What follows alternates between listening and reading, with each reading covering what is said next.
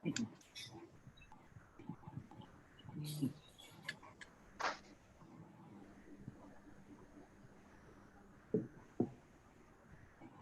sir, we are live on YouTube now. You can please start. Good morning, all.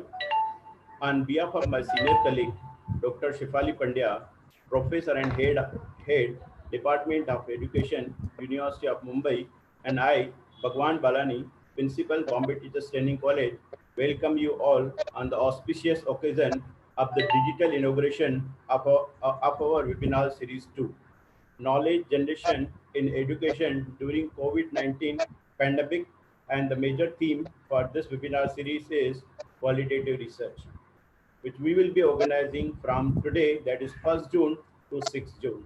I am thankful and obliged for your overwhelming support. I am thankful to Dr. R.G. Kothari, former Vice Chancellor, V. Narmad South Gujarat University, for accepting our invitation as the chief guest and keynote speaker of this inaugural function.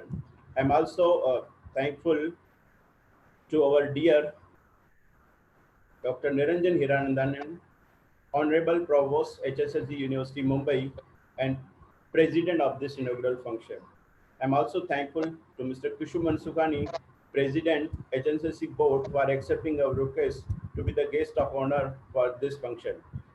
I'm also thankful to Mr. Anil Harish, former President and Trustee of HSLC Board, for accepting our request to be the guest of honor of this function.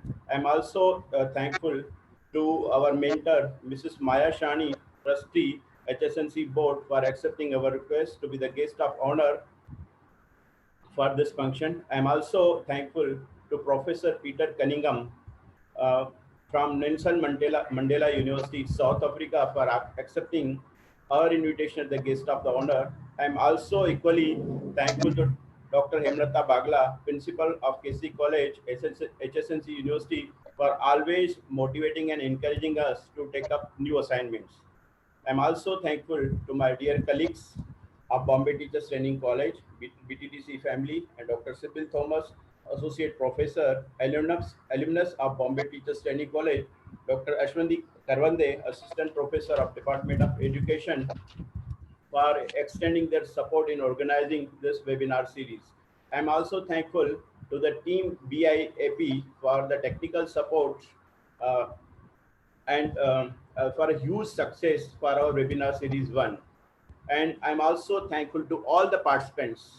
Now in today's webinar, more than 10,000 participants have registered for the webinar series 2, and I'm thankful for your overwhelming support to us. To quote, "One cannot spell success without you all."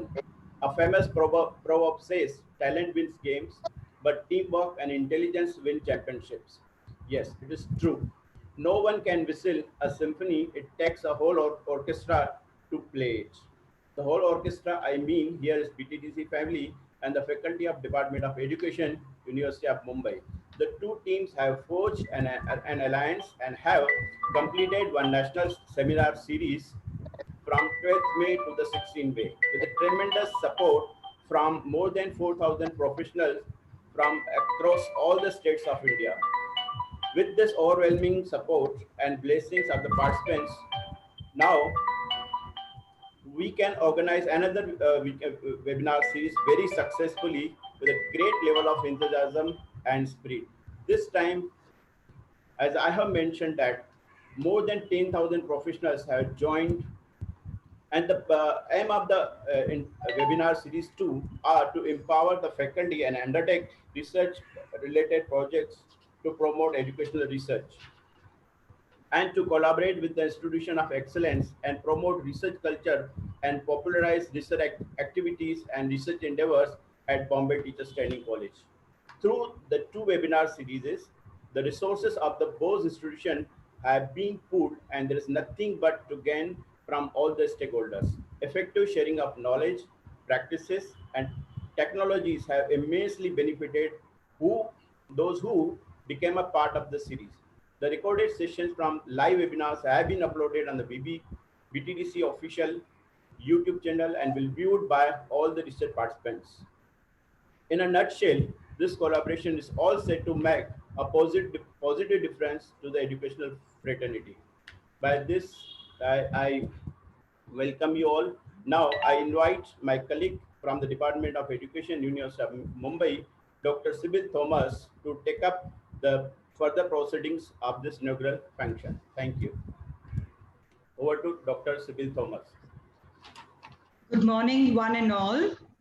On behalf of our head, Dr. Shefali Pandya, and my colleagues at the University of Mumbai, I am happy to share with you the background and rationale of this webinar series.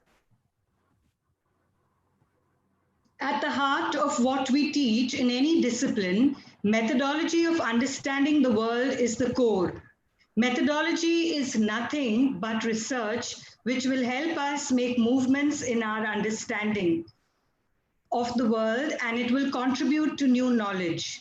We believe that understanding social science research methodologies not only helps us understand the world, but helps us to make informed decisions about daily life, as well as sharpens our powers of critical thinking and evaluation, and helps us to be more intelligent gatherers of information, as well as responsible producers of knowledge and information.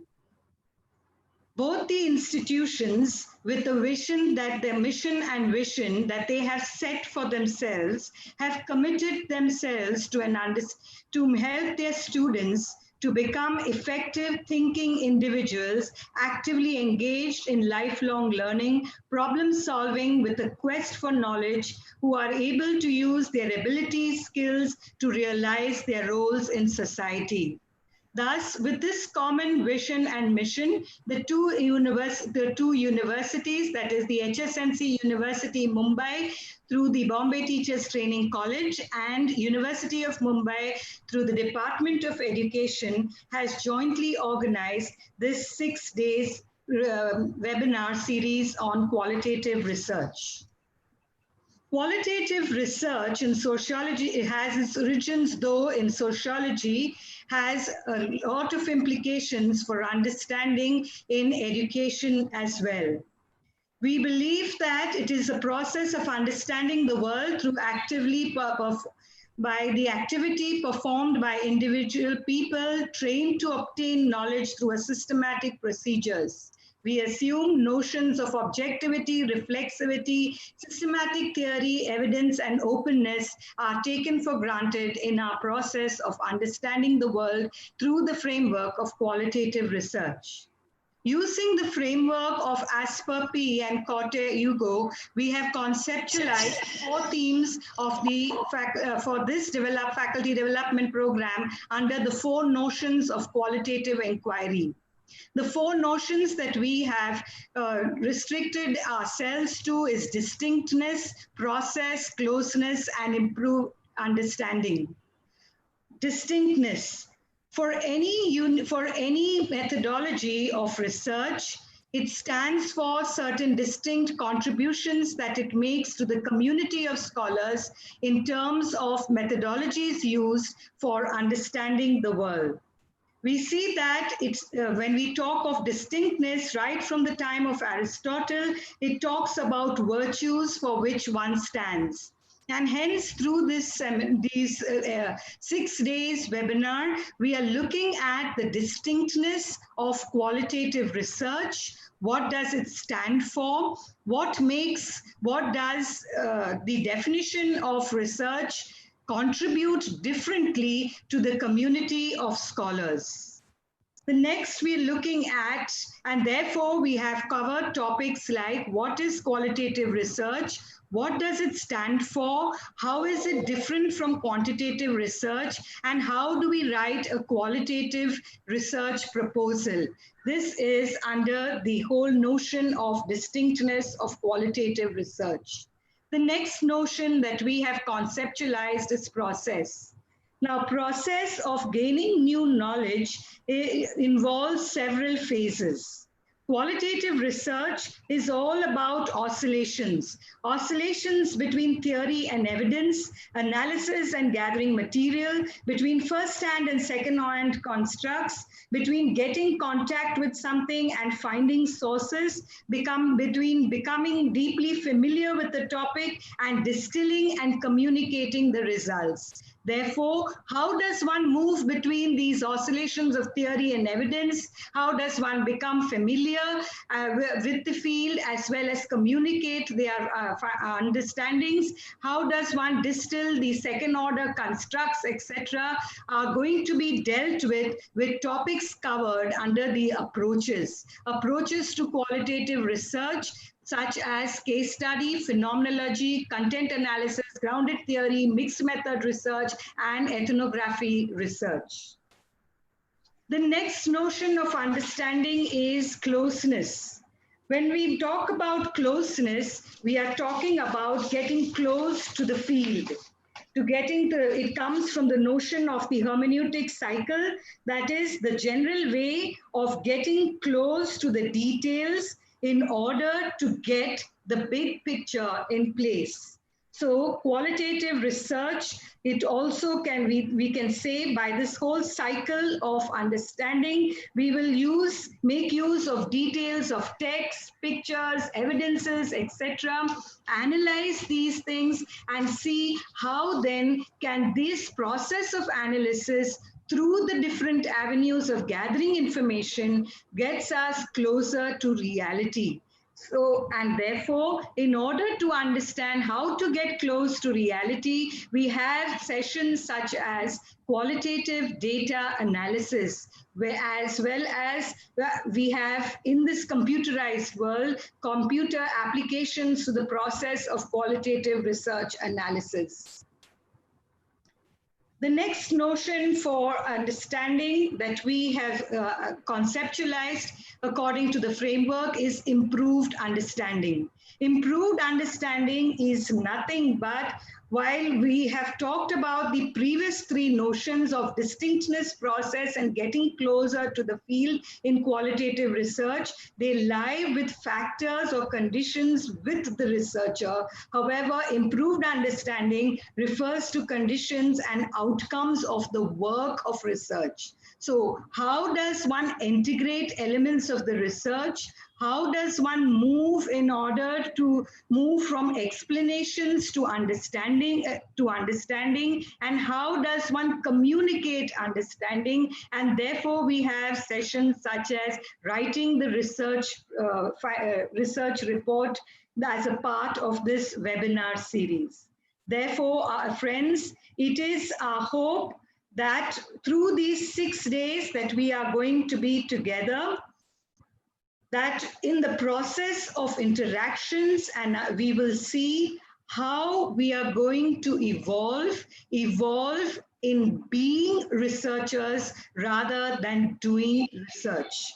So with this brief idea of the rationale of the research and how did we conceptualize the various themes and the sessions for this research, it gives me immense pleasure to introduce with us who we have with us people who have made a mark in their understanding of their social context, who have made use of their abilities of problem solving, critical thinking, and lifelong learning, and in their quest for knowledge, and who have made a mark in the society to be with us, to support us, and to tell us that we matter in their endeavors for education.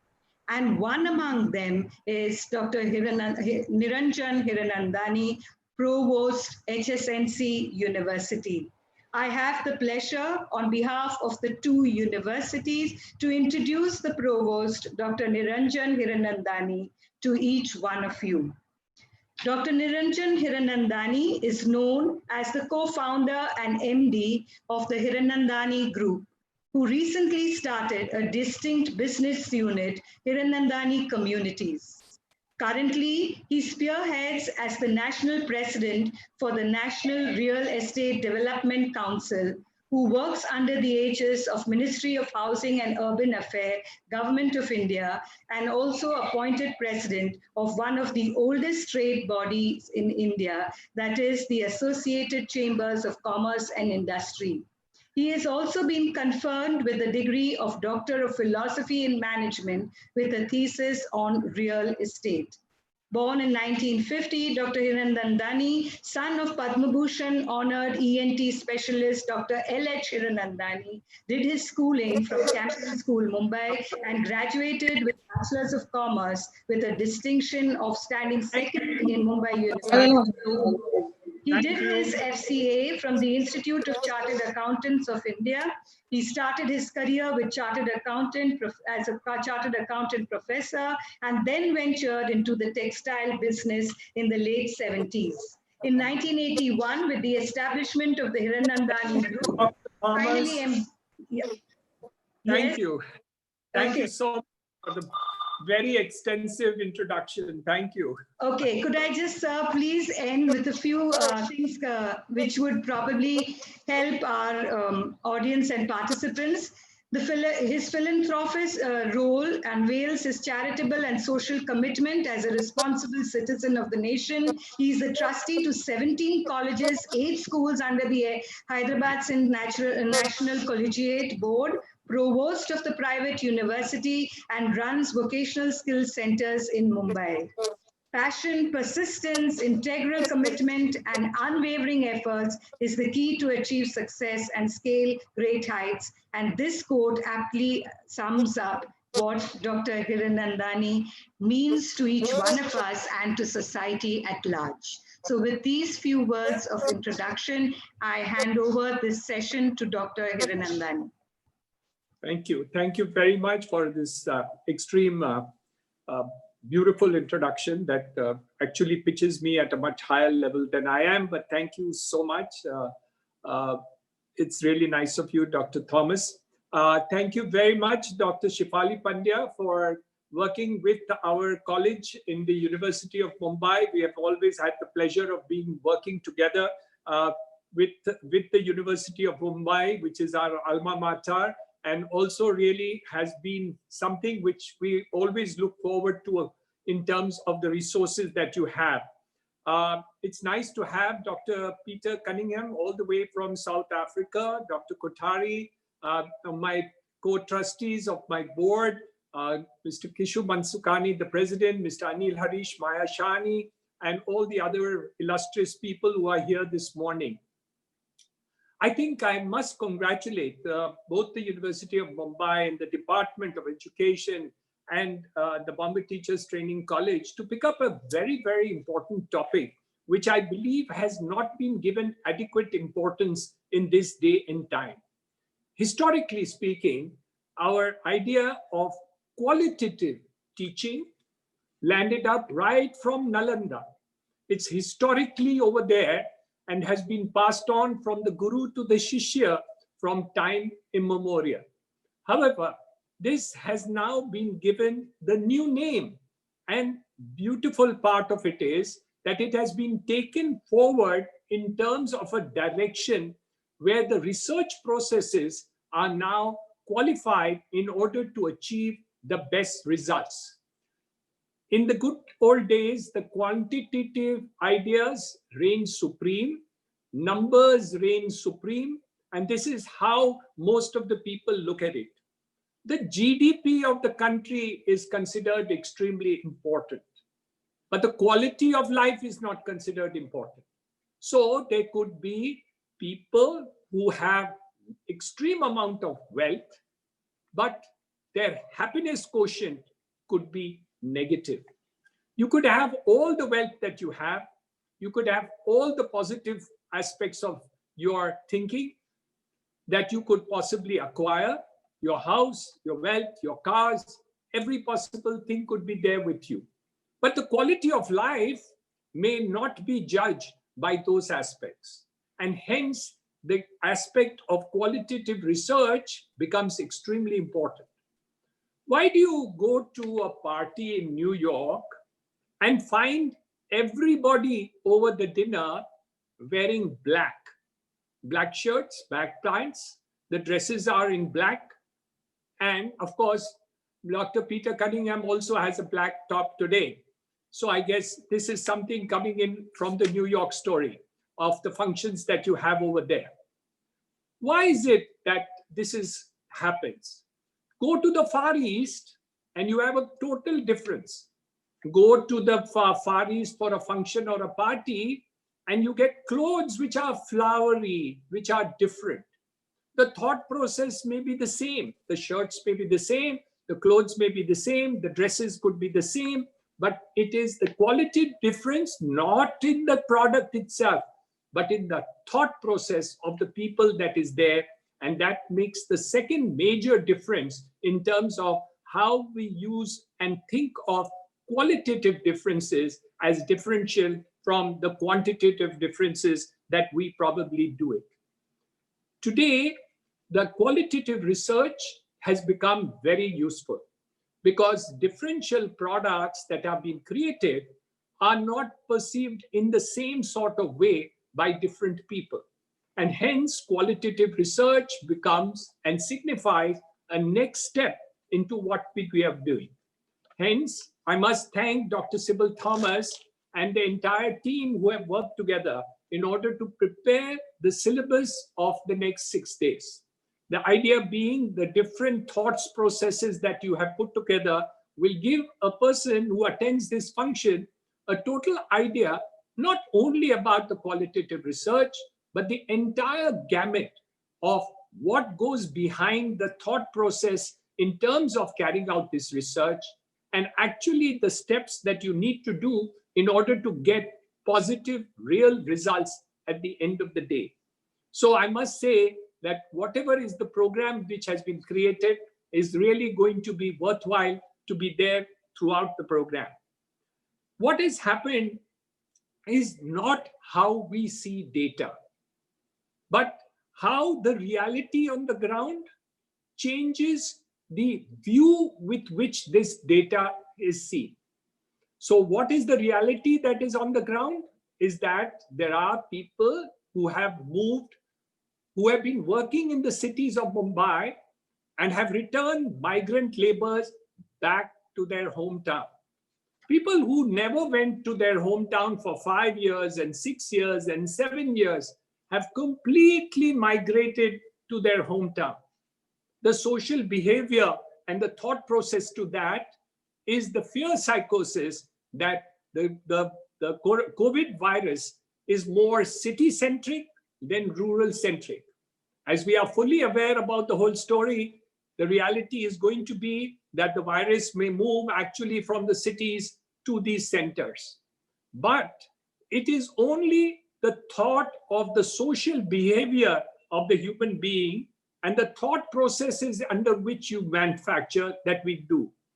To understand that, it would be necessary for us to understand the qualitative research into the thought process of these persons and how the fear psychosis has worked for them to carry out this mass movement of people from cities like Mumbai, cities like Delhi, cities like Bangalore, where in fact, those are the aspiration centers to which people have moved. People did not only come to the city centers for the purposes of getting higher income. They came there because they aspired to get a better quality of life. Why do so many people go to the Middle East to work over there? To get a higher income alone? No. They also aspire for a better quality of life. And that is a second aspect that we need to do. In many of the cases, the aspirational mode becomes important, like the qualitative mode that is there. Luckily, in the process that we are going to do today, we have talked about various aspects which was mentioned by Dr. Thomas. The most important part of it is the distinctiveness that is extremely important. Because what does it represent? What does that research represent? And how is it actually going to be done? And that is extremely important for us to understand. What is more important is the theory and practice of the processes that are done in order to get qualitative research to be effective. Today, we have various methodologies which we have to learn. There are various practices that we need to do, and we have 4 distinct methods which are now prevalent in order to carry out this research. The ethnography method, the interviewing method, working on focus group, and to do action results. Each of these methodologies are well known to the people who carry out this. And for those like me who want to learn about how these researches actually work, it will be a wonderful opening of a new book. And I think it's extremely important for us to understand the final conclusions that you will get by moving into these 4 directions and understanding how each one of them is going to be important. However, most of these researchers have one thing in common. In order to see that what is going to be the ultimate result. But many times these people do not go close to reality. And I think this is important because one of the subjects chosen by both of you is really getting close to reality. And I think that is extremely important because there could be researchers which do not can pick up data from various sources and come to any conclusion. But the moment you go closer to reality, as has been proposed to be done, I think the research findings are more likely to be correct than wrong. And once we understand how this closeness is taken up in various methods, I think it's going to be extremely important for us to really take it forward. How do we then use this research that we have talked about in order to make a change in the quality of lives of the people? I think the most important thing which I would like to share about is the story of the fact that we all are mortal. So we all fall sick many times. So when we fall sick, what do? We go and have medicine. So the medicine is very important. So our whole thought process is that health is connected with availability of medicine. In reality, is that the truth? The answer is no, because health is not necessarily dependent on the quality of medicine. It is more important that you are sick and you are not well, and hence you need medicines. So what is more important? The more important thing is to see that you improve your health on a continuing basis. And that becomes the touchstone and cornerstone of what you should do. If you have good health, your chances of building up your immunity, longer life, and even if not longer life, the quality of a longer life becomes much more important. And hence, a lot of our traditional practices in India, for instance, yoga, for instance, fasting, for instance, keeping proper fast and eating a particular type of food on certain days of the weeks or months or periods of the year, become extremely important in order to produce these results. So the difference between the two is very simple. On one side, it is taking care of your sickness. And on the other side, it is to see that the quality of your health becomes important. So in reality, you need less in terms of medicine, more in terms of immunity, and hence a better quality of life. That is the difference between qualitative research and research into disease and other aspects of life. And I think once we understand that health is more important, while medicine is equally important in terms of difficulty, but if you have good health, the quality of life will improve. Hence, the research that you are talking about today will actually give a differential aspect of what India needs, what in fact the world needs in times of this. And once we have understood all these aspects of research, it will bring you conclusions which will lead to a better quality of life, which will lead to conclusions where business can work more effectively.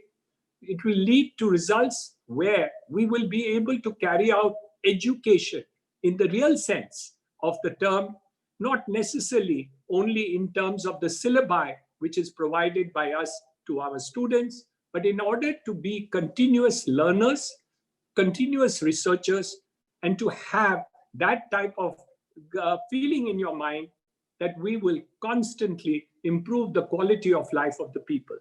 So my heartiest congratulations both to the University of Mumbai and the Department of Education headed by Dr. Shefali Pandya, and also the team in Bombay Teachers Training College for having effectively set up this program, which will make a quality of life of you and each one around you a better world and a better happy world that you will have. Thank you very much for calling me this morning for this webinar, and I wish you the very best. Thank you, sir. Sir has very beautifully operationalized the importance of qualitative research for each one of us through pertinent examples. These examples not only helped in the understanding and appreciation, sir, of qualitative research, but helped us think and reflect on so many issues and day-to-day occurrences that warrant our attention. And it is all that we had set before us for to enable researchers through this series of sessions that we have to sharpen their powers of critical thinking, evaluation, and to become more intelligent gatherers and producers of information has been very well operationalized, very well set as a challenge before each one of us. So thank you, sir, once again for enlightening us, for being with us, and for encouraging us. I now hand over this time to Dr. Lubna Mansoori from Bombay Teachers Training College. Thank you, Dr. Sybil Thomas, ma'am.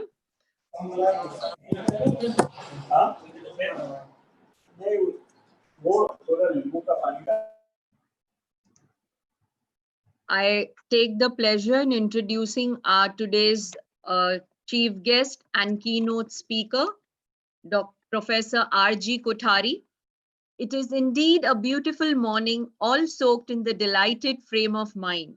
I grabbed this opportunity and I feel privileged to have the pleasant task of welcoming and introducing a distinguished personality, Professor R.G. Kothari, sir, as the chief guest and keynote speaker for the second national webinar on qualitative research. Professor R.G. Kothari has inordinate achievements to his career. Firstly, as a former Vice Chancellor of Veer Narmad South Gujarat University, and secondly, the position of Dean, Faculty of Education and Psychology at the Maharaja Sayaji Rao University of Baroda, Vadodara. Professor Kothari has acquired formal degrees in MSc Mathematics, MEd, and double doctorate in Mathematics and Education. To mention our guest treasure, Sir has more than 40 years of teaching experience and has 16 years of administrative experience. As an illustrious Vice Chancellor, 19 postgraduate courses were introduced during his term at Veer Narmad South Gujarat University. Our guest had the honor of being the resource person for 500 seminars, in-service training programs, and workshops. He has presented 185 papers at state, national, and international level. He has also touched the lives of several students and teachers by his keynote address at more than 70 seminars and conferences. With this impressive background, research has been his forte and has contributed immensely in the field of research. To his credit, Sir has guided more than 20 doctorate degrees and is guiding 6 PhD students currently. Professor Kothari has added meaning and inspired many lives by being an external examiner and by evaluating 190 PhD degrees in education and 16 MPhil dissertation at various universities of India. To his recognition, many minor and major research projects have been awarded by many government funding agencies like UGC, NCRT, CGRT, to name a few. Aside from his talents and advocacies, Professor Kothari has a prestigious author of a number of theoretical, conceptual, and research-based papers on numerous subjects. Some of his better known titles include Current Problems and Trends of Indian Education, Educational Evaluation, Psychology of Development and Learning, and has reviewed many books. To his credit, Sir has published 21 books on contemporary topics in education. I feel elated to share that Sir has been on various editorial and advisory committees. He has been the chairperson for NAC for several years. An award-winning educationist, he has been honored and appreciated for his immense qualitative work, dedication, and commitment. A recent award presented was the Award of Excellence for exceptional performance and innovation in the contribution for the World Federation Gujarati Kshatriya. I would like to sum up by a quote that with wisdom comes the desire for simplicity, and simplicity is the trademark of genius. I welcome Professor R.G. Kothari for the second national webinar at Bombay Teachers Training College.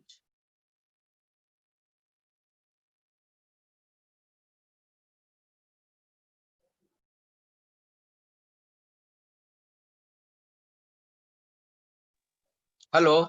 Over to Kothari, sir. Good morning. Good morning. Can you hear me? Yes, sir.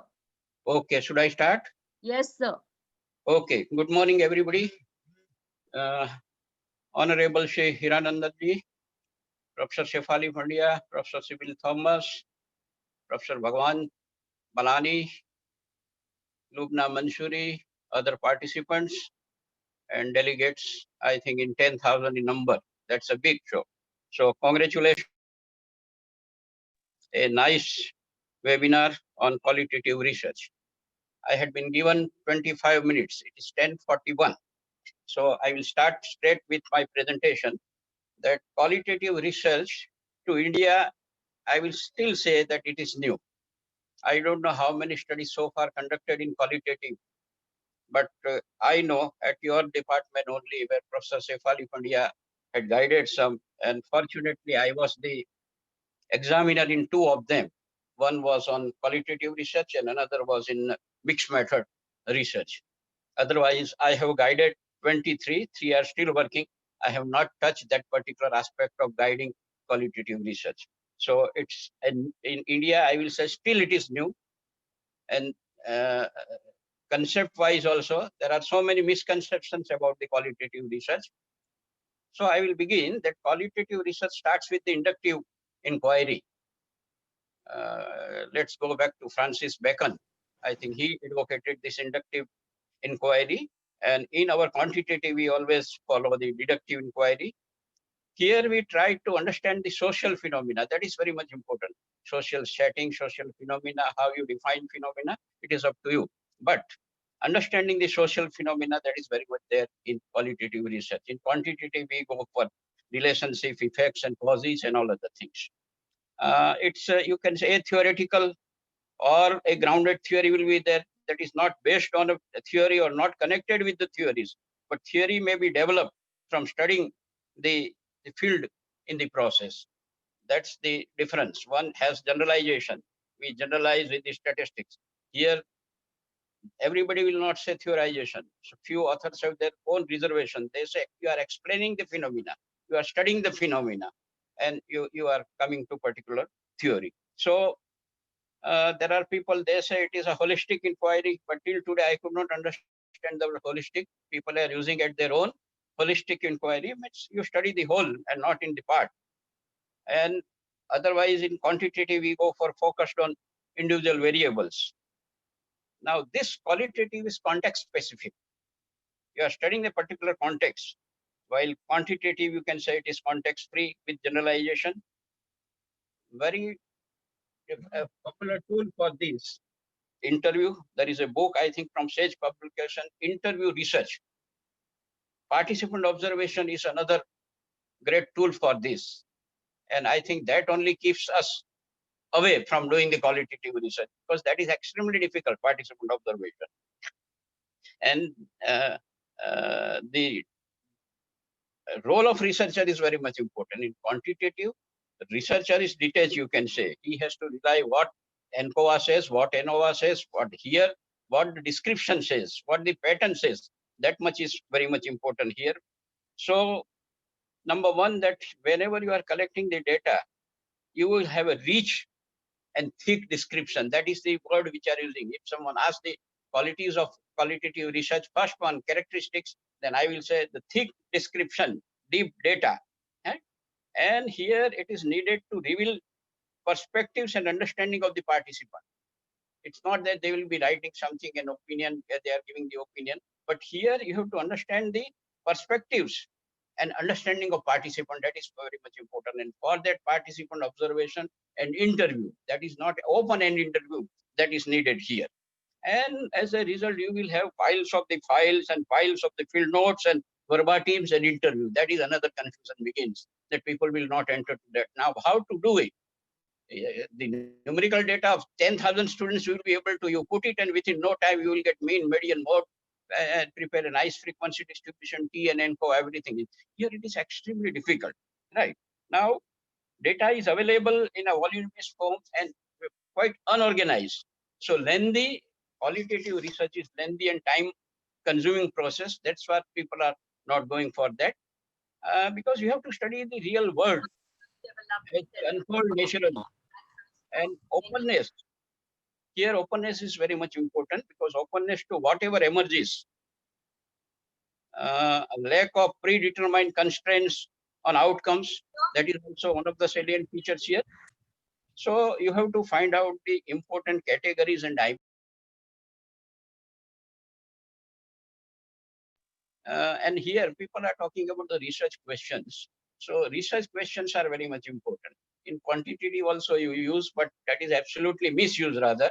People write the objectives, they put it in the question form, and they say these are my research questions. But this qualitative research, any book you refer, I was just reading to UV Flick, page 97, and he has also given an entire map of how to go for a research question. So I know that qualitative research should and must begin with the research question. I said that how old is qualitative, I don't know, but I had gone through one research paper, which was quite appealing for me, that was in Journal of Education, Journal of Teacher Education in 1998, volume 49. Study was conducted by Julie Annie Thomas and Pat Montgomery. What was the question? Question was only that when students were free and they were taking their breakfast or lunch or outside with a shopping mall. She was not teacher. None of them were teacher, but later on the Montgomery entered to the teaching field. But at that time they were not qualified to be the teacher. And they were, while they were standing there, they thought that some students are there. So they felt, she felt like to ask few questions. And first question she has asked, what is the best that a teacher can do? What is the worst that a teacher can do? And then the entire research begins with these two questions only. And then they wanted that, they put it in a very precise form, that what are the reflective practices with regard to children's voices?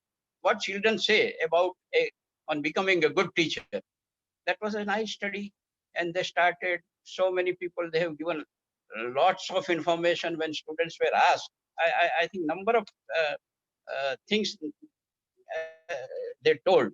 They say, if a teacher yells, I feel small, it makes me guilty, it hurts me, my feeling, I feel embarrassed. and so many things.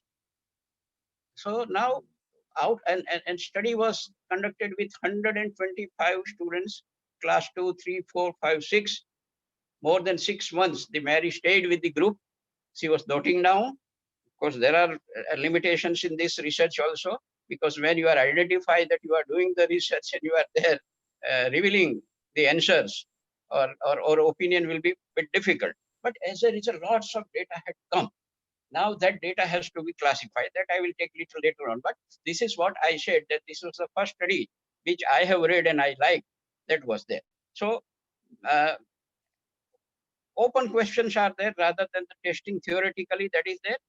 Why? Suppose there is a question that program learning has worked very well so far quantitative studies are concerned. But in few schools and few areas it has not worked well. Then this is my question for qualitative research. That why it has not worked there. So a research question of this type. What do the teachers of university think about their role of about the role of vice chancellor and what it should be? That could be also taken as the question for research, and that will you can begin with that. How do children react to the online learning nowadays? People had started collecting in a very quantitative fashion. They prepared a questionnaire or opinionaire that sent it.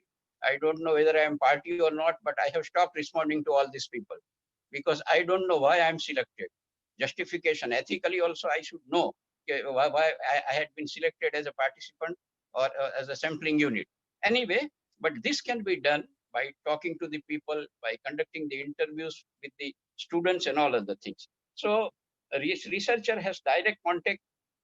Here, researchers has direct contact. In quantitative, there may be, may not be. So researchers has direct contact with and gets close to the people. He is very close to the people. He is close to the situation. He is close to the context. Right. That is very much important. So he will be in close contact with the phenomena under study. For that, he will be talking to the people. He will study the situation, and researchers' personal experience will helpful here. In other studies, it's bit difficult, but our personal experiences and insights will help in this inquiry to critically understand the phenomena, because all the phenomena will not be understood by everybody. So that is very much. So unique case orientation is there. Each case is special and unique here that we have to take care. And ultimately, when number of people are there, cross case analysis also will be followed. We are following the cross case analysis from depends on the quality of individual of case study. Another point is context sensitivity. Data are so powerful, they are so sensitive to the social historical context in which data were collected. So social concept, sensitivity is there, so you have to be very careful. Complete objectivity here is impossible rather, because our own biases will also enter into this research. So you have to be very careful. These points, you have to be very careful here. Here, as a researcher, you are not providing something, you are not advocating something, you are not advancing personal agendas also. That you have to keep these 3 points: not providing something, not advocating, and not advancing personal agendas, but understanding. The experience and insight of researcher is important here. Now, if you go to the design flexibility is also there, and number of designs are given. Our Honorable Provost also said. So, open to adopting the inquiry as understanding depends and or situation changes. It changes. I think in one study, he has changed the research questions also. From broad base, he has come to the second phase that now I have to refocus my research question. So that also happens. And avoiding getting locked into the rigid designs. That is the main thing. And that's why people had less faith in that. The people like me who are most confident with the quantitative, we say that, oh, this flexibility, I will not enter to that. So avoid getting locked into the rigid designs that eliminate the responsiveness. New paths you have to discover. And for that, what is necessary, you will be going to the sampling part. I think I have gone through your entire schedule. Whether sampling part was there or not, I was a bit doubtful. So Data analysis and everything is there. Now there are a number of books, but sampling part is also very much important. When somebody presented a paper on sampling in qualitative research, I was the first one to object. I said, can we use the word sampling? Because sampling has its own meaning. Wherever there is a sampling, there is a population. Wherever there is a sampling, there is a statistic. Wherever there is a statistics, there is inferential statistics. And from this inferential statistic, we will estimate the parameter, we will go for generalization. So but when I was going through a book by Gay and Erasian, he has also used this word. Of course, UV Flick has not used that word, but what to do now? But normally we go for a purposive sampling. Here, the sampling is purposive. It is not that purposive sampling is not being used in quantitative. It is there. But here, purposive sampling, but within purposive sampling also, there are a number of other things. I think this gentleman, I am quoting Gay narration, he has clearly identified that is number one is intensity sampling. You don't write the word sampling, it is up to you and your guide to decide, but intensity sampling means selecting the participants who permit the study of different levels. See, now here very much important that if you are taking me, you should take my permission, whether I will be there or not to participate in your study. That is very much necessary. So intensity sampling is selecting participants who permit the study of different levels of the research topic. For example, researcher might select some good student. Good students mean you define good in achievement or good in overall quality, and some bad students, some experienced and some inexperienced teachers, or teachers in self-contained classroom and teachers in the departmentalized team. So such sampling or such cases are selected. That is known as intensity sampling. So sometimes we say deviant cases we are selecting. Deviant cases, that is the word used by that. Sometimes we conduct the case study. Don't conduct the case study for a very normal cases. Deviant, why? If university is getting, since last 3 consecutive terms, if it is getting A grade, select them, find out what are the qualities. If they are getting only C grade, then select them and find out what are the causes for getting the poor grade. So that's why I said that is intensity. Another thing is homogeneous sampling. Here also word sampling is used. Homogeneous sampling, selecting participants who are very similar in experience, perspective, or outlook. And this process produces a narrow homogeneous sample and makes the data collection and analysis bit simpler. Means you getting is very difficult. You want a vice chancellor who has served for 2 terms. He's also doctorate. He has experience of this publication, this, like that, and number of things what we are putting in the judgment or purpose sampling, that is there. So analysis will be simpler here. Another is criterion sampling, selecting all cases that meet some criterion to have some characteristics. You have already decided the characteristics. For example, researcher might pick students who have been held back in 2 successive years, teachers who left the field to raise the children and then return to the teaching, female administrator with more than 15 years experience. So this type of studies has been not conducted. Survey has been conducted on this, case study has been not, but a pure qualitative study has not been, we have not entered to this qualitative study of this type. That okay, in the beginning I was serving for 5 to 10 years. Then I started, I got married and I have to look after my children, so I have gone. And again, after 10 years, I am coming. So what are their perception about the education and all these things that is needed? Snowball sampling, of course, it is there because data of a particular type, if you are suffering from particular disease, then people will not say if you are suffering from AIDS, getting data will be difficult. So you will collect a snowball sampling. X is going to particular doctor. You will go there. There are other 5 cases. You will meet that 5. Again, that 5 will be available. They are in contact with the other 5 people, like that 5 into 5 into 5. And you will, it means as the size of ball coming from top of the mountain, it increases. So like that sample size also increasing. And another thing, suppose you have certain characteristics already decided, and you are getting 50 such people, but all 50 is not your purpose, because it will be very difficult to collect the data with this 50. Then from this 50, you will be selecting few randomly again. See, in qualitative also, that is known as the random purposive sampling. So these are 4 or 5 things. And another thing which I shared was uh, uh, deviant sampling. That is very, especially when you go over the case study, deviant sampling is very much important. And the best book I think I have seen is Robert Inn. I think 2 books, and another is Merriam. They have written nice books on case studies. So this is very much important here in entire qualitative research, the sampling part. And one more sampling, which is also known as the theoretical sampling. What is that theoretical sample? Based on theory.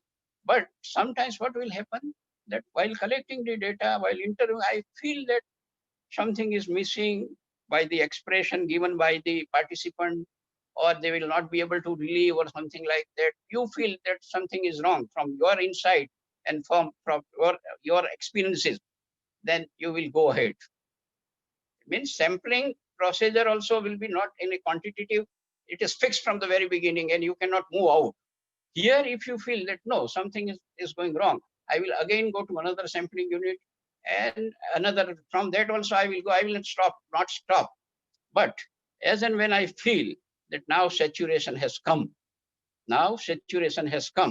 and then I will stop. So that is the theoretical sampling. And analysis part, again, it is descriptive, so it's very difficult because I told no, that becoming good teacher, children's voices, they said so many things. And from that, we have to now classify that this is behavior, where I will put this behavior.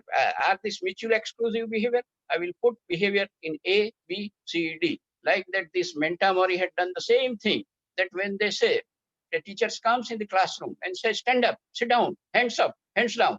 They say, we don't like this teacher. We are not soldiers in the army that you are doing this. One student says that, who is the best teacher? Oh, when we are very busy in our work, and when he enters the classroom, and if he sings a very nice song, everybody will be pleased. That is a good teacher. Now in India, if a teacher starts singing in the classroom, it will be indiscipline. But here, so many things that had come. And finally, of course, the result of the study, I was not that much happy, but they said, what is the quality of researcher? By classifying all this, what they say, I said that somebody said that she wanted to go to bathroom, class 3 student, and she did not allow. She has to finish at her place only. So what this character is called? So she has classified that some teacher has to be gentle. Teacher has to understand, you understand my situation. I'm coming from far away. It takes 1 hour to come to the school. And in 3rd class also, you say you are not permitted to go to the bathroom. So understanding, caring, and fun-loving. These are the 4 characteristics. Finally, they had come down with that. So that is the piece of a qualitative research. And in that qualitative research, I think there are now n number of books available, with the qualitative research. Your own Madam Professor Shefali Pandya has written a book on qualitative research, guided students of qualitative research. If it is case study, you can go for a book on Marian and Robertine. That is also a good book on case study. Robertine is simple to read because 62 pages are there. Then Patton is another good author in the field of qualitative research. John Bess has quoted him in n number of times. I was referring to another paper, but I could not get the entire book. That is Lofanda J. Style of Reporting in Qualitative Research. Lincoln and Gubba has also tried. U.E. Flick has also tried. So these are the good books in the field of qualitative research, and that will give you the idea. But there are certain confusion when you read more number of books.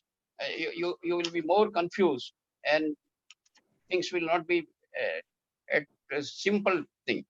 So in qualitative also, people are asking about what is the sample size. The sample size which I quoted here on becoming a good teacher was almost 125 from class 2, 3, 4, 5. And participant observation continued for 6 months. So how much data you can understand? Because you have to record the behavior, you have to immediately write down the things, what they say, all these things. So sample size here will be, of course, small. In quantitative, it is large.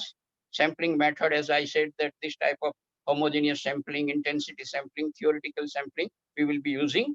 And focus and approach will be your multidisciplinary approach. report will be content.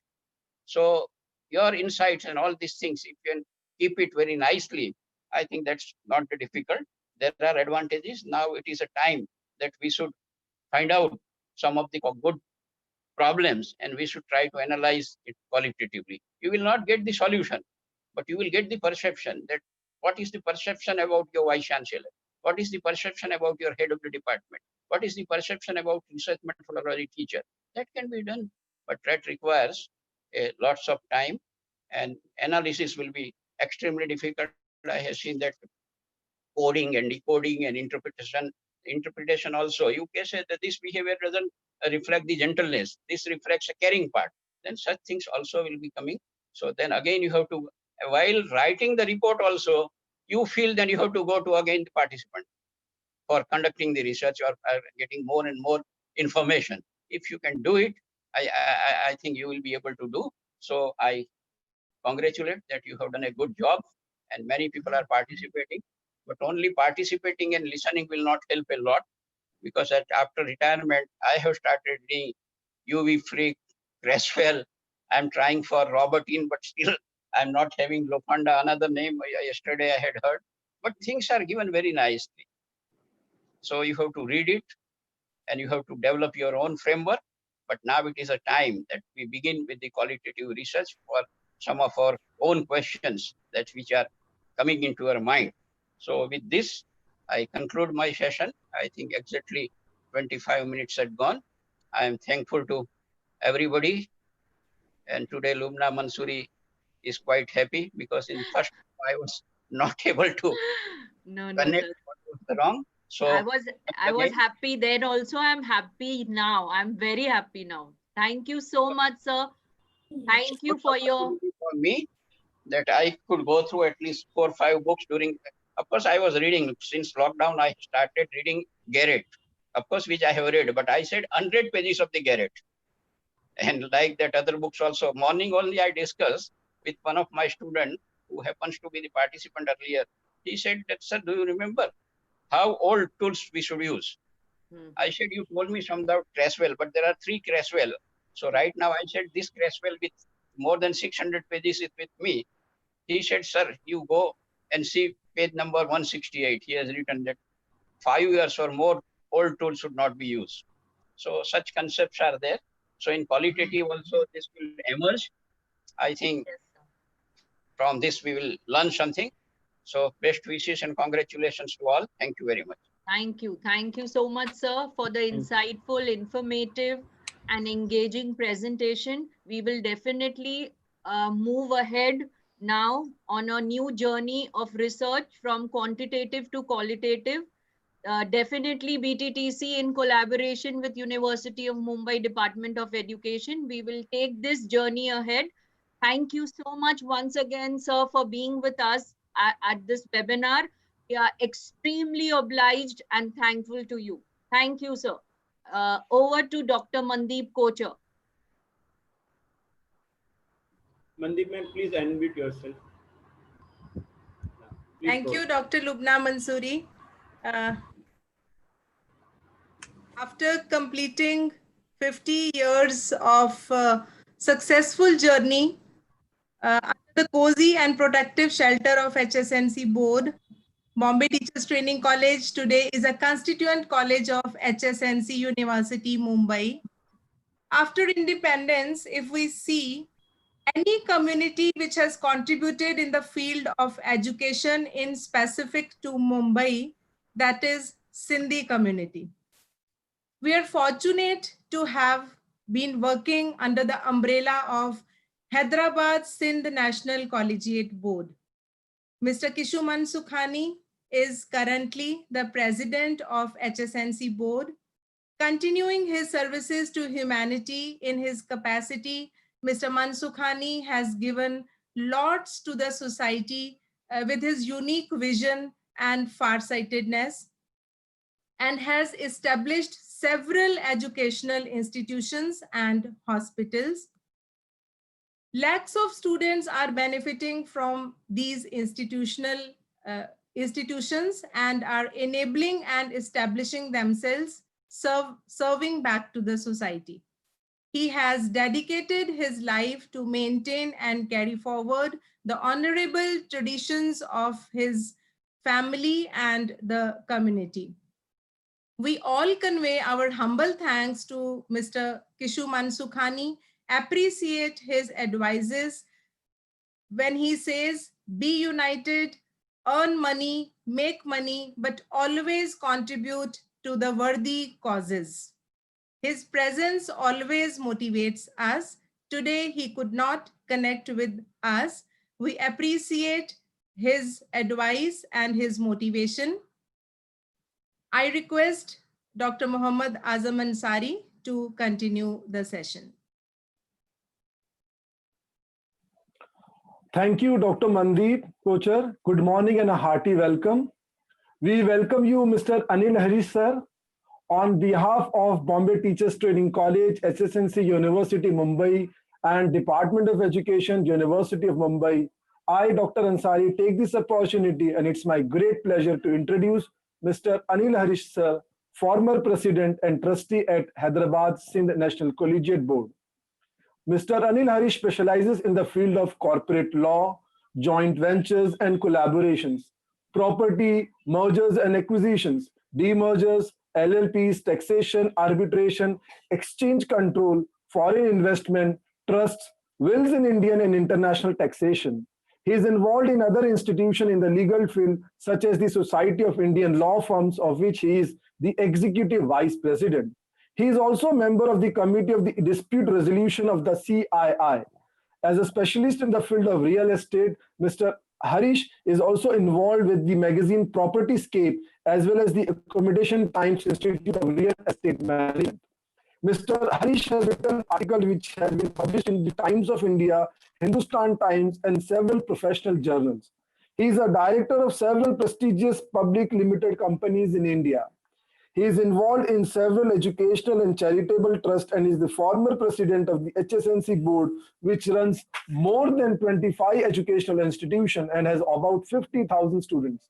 Mr. Harish is a much sought after speaker in India and abroad and has given several professional speeches at prestigious events such as the India Calling Summit in Brussels, Belgium 2009, organized by the Indian Merchant Chamber and the International Fiscal Association, India Chapter 2000.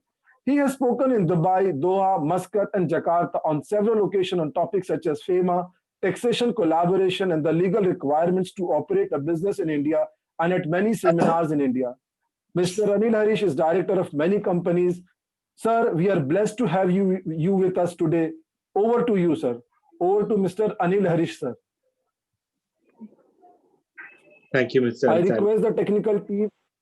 Yeah, thank you, sir. Yeah.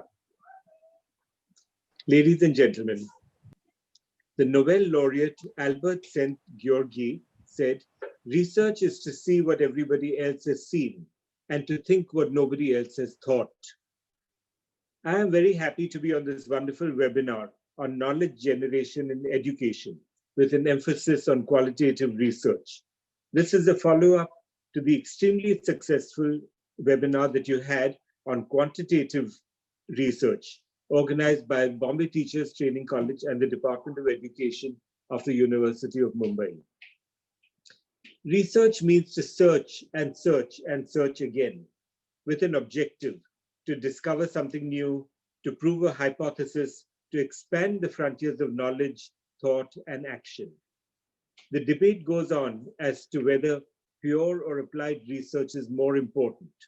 But here, in the context of education, the objective of research must be to improve the methods of teaching and to expand minds. The methodology of research has evolved greatly over the years. Many techniques have been developed in qualitative research, such as phenomenology, ethnography, grounded theory, and case studies. But in addition, of course, is the entire field of quantitative research. In one sense, quantitative research depends on the past to get figures so that one can measure them and one can manage them. But while the quantitative is based on empirical evidence, qualitative research is something different. It is much more subjective. It is in the present and it looks forward to the future. One has to see what are people's attitudes and what are people's expectations of the futures. And then all of this has to be put together with some analysis and presentation in a proper form such that it can be made useful for the objective that one is trying to achieve. Bombay Teachers Training College and the Department of Education have been doing a wonderful job. And they have actually been working on a combination of these. It is not merely an emphasis on quantitative research or on qualitative research. The fact that there are these two webinars, one soon after the other, shows that all of these techniques have to be used to get a hybrid, or if not a hybrid, an amalgam of these with a view to achieve better results. Nelson Mandela said, "Education is the most powerful weapon which you can use to change the world." The research that educationists carry out sharpens this weapon of education so that you can actually change the world by reaching out to such large numbers of people all the time. Ladies and gentlemen, the Hyderabad National Collegiate Board is 71 years old, and the Bombay Teachers Training College is 51 years old. But please don't think that the HSNC Board and the Department of Education and Bombay Teachers Training College are senior citizens, or even that they are middle-aged. No, they are sprightly and young at heart. They are very active and are kept so by their dynamic staff and teachers. Bombay Teachers Training College has 10 teaching staff, and all 10 of them have PhDs. 7 are associate professors, 3 are assistant professors, and 5 of them are research guides of the University of Mumbai. Their objective is that all 10 of the teaching staff should be recognized as research guides by the University of Mumbai and by the new HSNC University, of which they will be constituents. I'm sure, ladies and gentlemen, that you will see many more programs of the Department of Education and BTTC in times to come. The COVID-19 crisis and the lockdown have been very difficult for many. But BTTC and the Department of Education have seen the silver lining in this cloud, and I compliment them on having used this time very well to re-educate themselves and all of us. They have truly lived up to what Winston Churchill said, "Don't waste a perfectly good crisis." Thank you. Thank you, sir. Thanks a lot for these encouraging words. With this, I take this opportunity to introduce Mrs. Maya Shani, our mentor. Mrs. Maya Shani, chairperson of the SAGE Foundation, is also the chairperson of the Thardumul Shahani Center for Management, the business school of the future, which imparts global quality management education and focuses on creating heart-centric business leaders. CFM has recently won the DNA Award for the Best Business School for Industry Academia Linkages. She is the trustee of Thardumul Shahani Trust and governing board member of the HSNC board, vice chairperson of Global Dialogue Foundation and founder trustee of Women's Movement for Peace and Prosperity under the aegis of Times Foundation. She is also the education board member of Sadhu Vashwani Mission and Priyadarshini Academy, patron of Cancer Patients and Association and governing board member of the Bombay Mothers and Children Welfare Society, as well as chairperson of the Justice H.K. Chainani Elders Home. Mrs. Maya Shani fulfills her duties with compassion, love, and commitment. Ma'am, we are once again blessed to have you with us. I will request you to continue with the session. Thank you, Dr. Shefali Pandit and Dr. Balani for inviting me for today's webinar. I haven't switched on my video today because my internet connection is very low, and if I switch it on, I may not be audible. But I'm so delighted to be here today because through our eminent speakers before me, I really learned the nuances of quality research, and I thought I knew a bit about quality research, but today's talk has really opened up my mind. It's just like the peeling of an onion, and I think today Dr. Kothari had brought in a very big onion with him because there were so many layers and layers of learning, which I didn't think was possible in this qualitative research. I believe he's read many books also on the subject. So thank you so much, Dr. Kothari, for enlightening us today. As a trustee of the Hyderabad Singh National Collegiate Board, I've been working very closely with Bombay Teachers Training College because I'm part of their internal quality assessment cell also.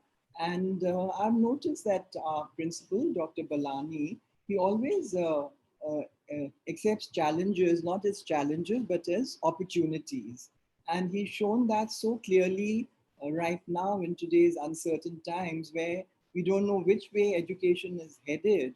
Is it going to be online or offline? Are students going to be joining this year or not? There's many questions in everyone's mind, but he's adopted technology in such a big way that today there are 10,000 people listening to us. Before he used to have seminars in his seminar hall where we had about 200 or 300 listeners. But today we are able to reach out to 10,000 people, which is quite a miracle by itself because technology is amazing. And I think we should all embrace it wholeheartedly. And the qualitative research that we are focusing on now will help Bombay Teachers Training College in obtaining data on current learning issues in education and tell us not only about what people think, but also why they think so.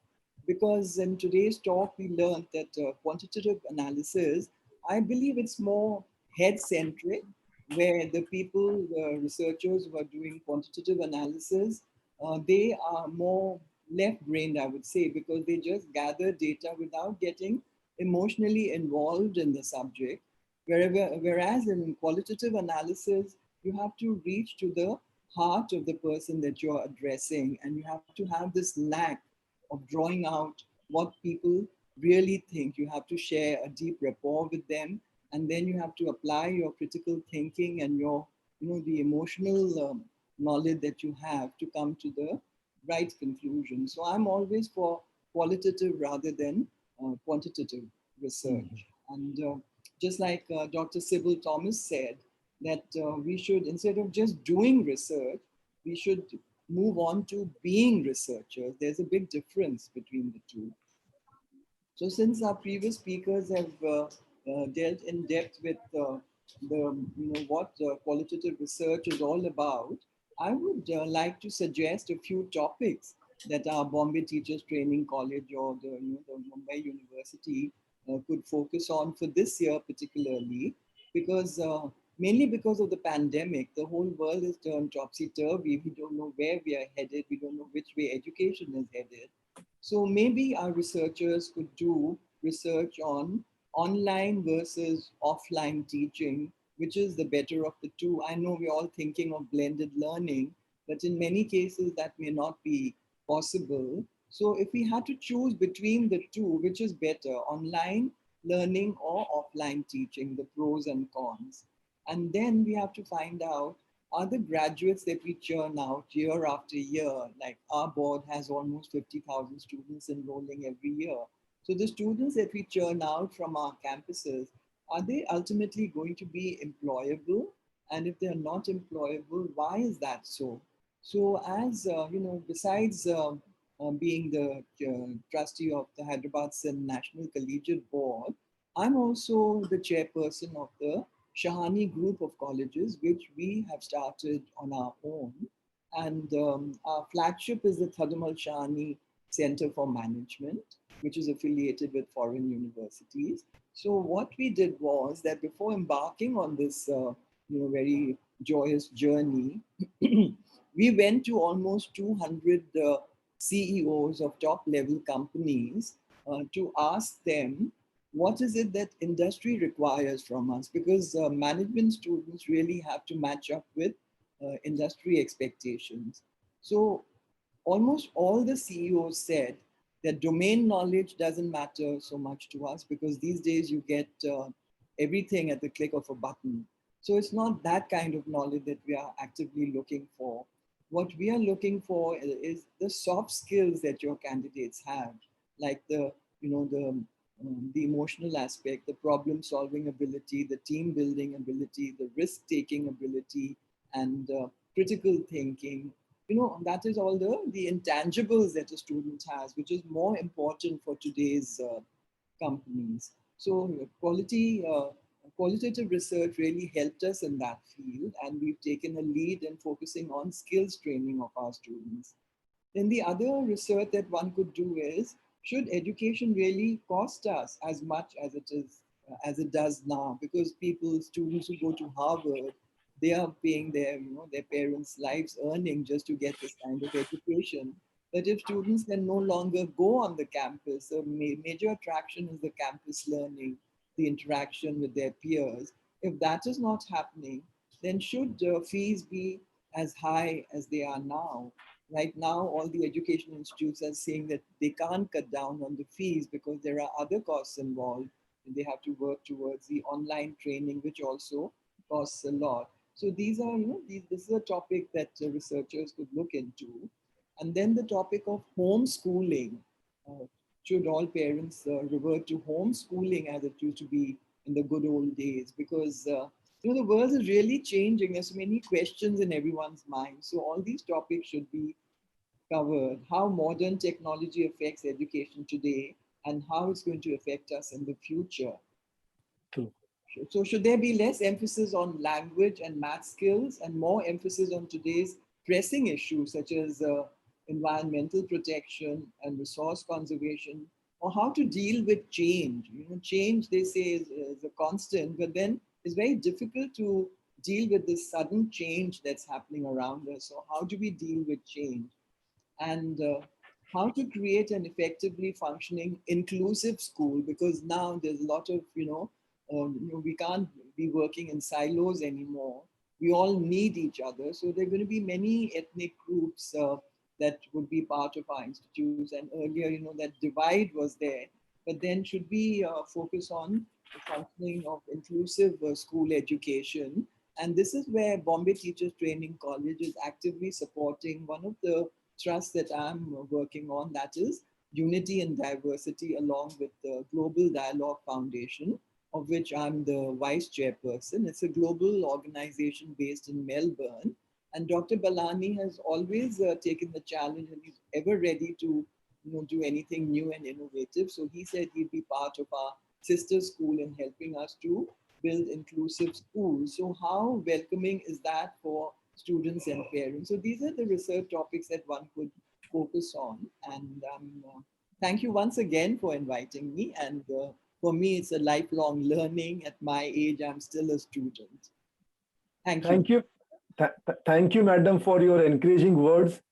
It is rightly said, alone I can do very little, but together we can do a lot. Thanks a lot, madam. Thanks a lot. Now I will request Dr. Rajiv Jha to continue with the further session. Dr. Rajiv Jha. Hello. Hello. Yeah, Dr. Rajiv Jha, please continue with the session. It is my proud privilege to introduce to you all a dynamic personality and a scholar of international repute, Professor Peter Cunningham, Professor of... Hello. Hello. Sir, you're audible. Please go ahead. Sir, you're audible. Thank you, sir. Professor Peter Cunningham of Nelson Mandela University, South Africa. He has been educated in South Africa and Britain. He has been involved in human resource management, organizational behavior, internationalization of higher education, education for peace, conflict management, and transformation. Besides having published scientific papers extensively in reputed discipline-related publications, Dr. Peter has been the only SAP certified consultant in human resource management and business information warehouse at a South African academic institution. Dr. Peter Cunningham is on the editorial board of a number of international journals. Dr. Peter has been conferred with prestigious awards for his exemplary teaching and learning endeavors. He has a close association with India. Since a decade, he has been regularly visiting India. He has been with us during the inaugural session of our National Webinar Series Part 1 on Quantitative Research. We are grateful to you for accepting our invitation once again and to be a part of our research family. I welcome you on behalf of both the institutions, Bombay Teachers Training College of HSNC University and Department of Education, University of Mumbai, to this national webinar series, part 2, focused on qualitative research. Now I invite you to enlighten us with your insightful and incisive views on the theme. I hand over the session to you, Dr. Peter. Thank you. May I request the technical team to please connect to Dr. Peter?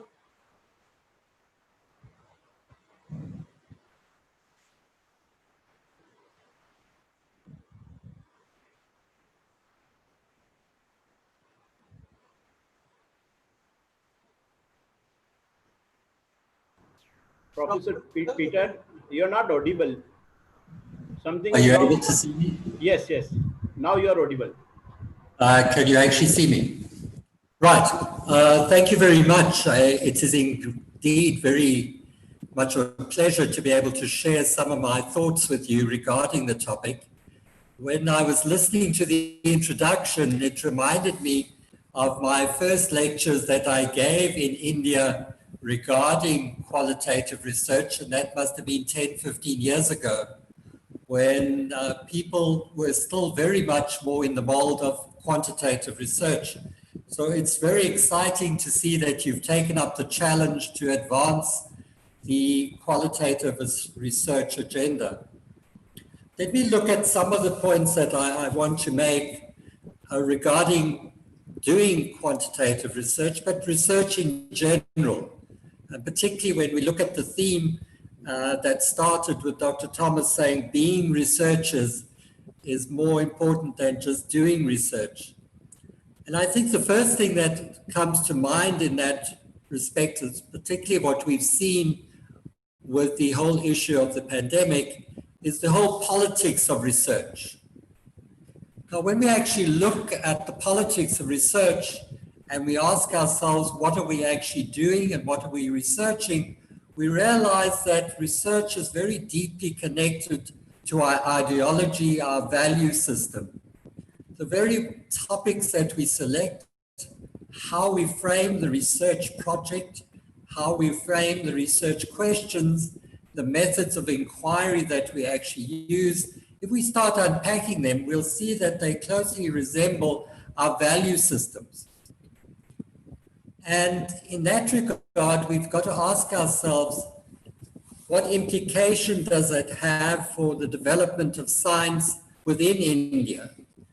And some of the areas then become highly contested as to what then is the contribution of science to the understanding of social issues within the Indian context. And that raises the most important issue for any researcher or emerging researcher at the moment in India to ask the question, what is truth?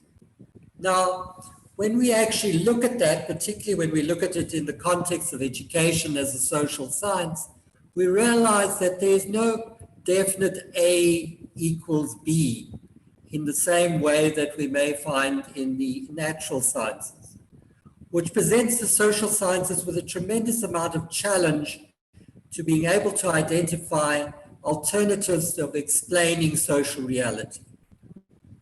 So when we look at our contribution to science, we need to ask ourselves, what is that contribution going to be from a quantitative position, which is often argued that it has a more subjective element to the understanding of social reality. But truth in this case almost become relative in that it is linked to both a space and time.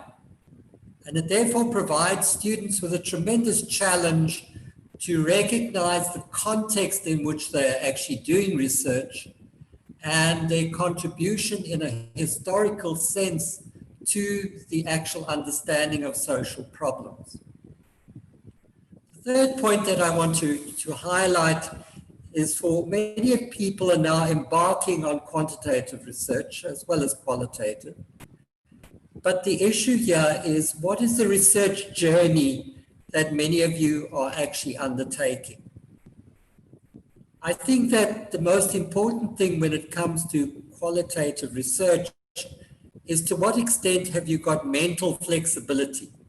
It provides you with a tremendous opportunity to realize as you are involved in the research process that you need to actually unfold the different methodologies that you may be using, the various modes of data collecting, and this requires that mental flexibility and agility that is often absent in quantitative research.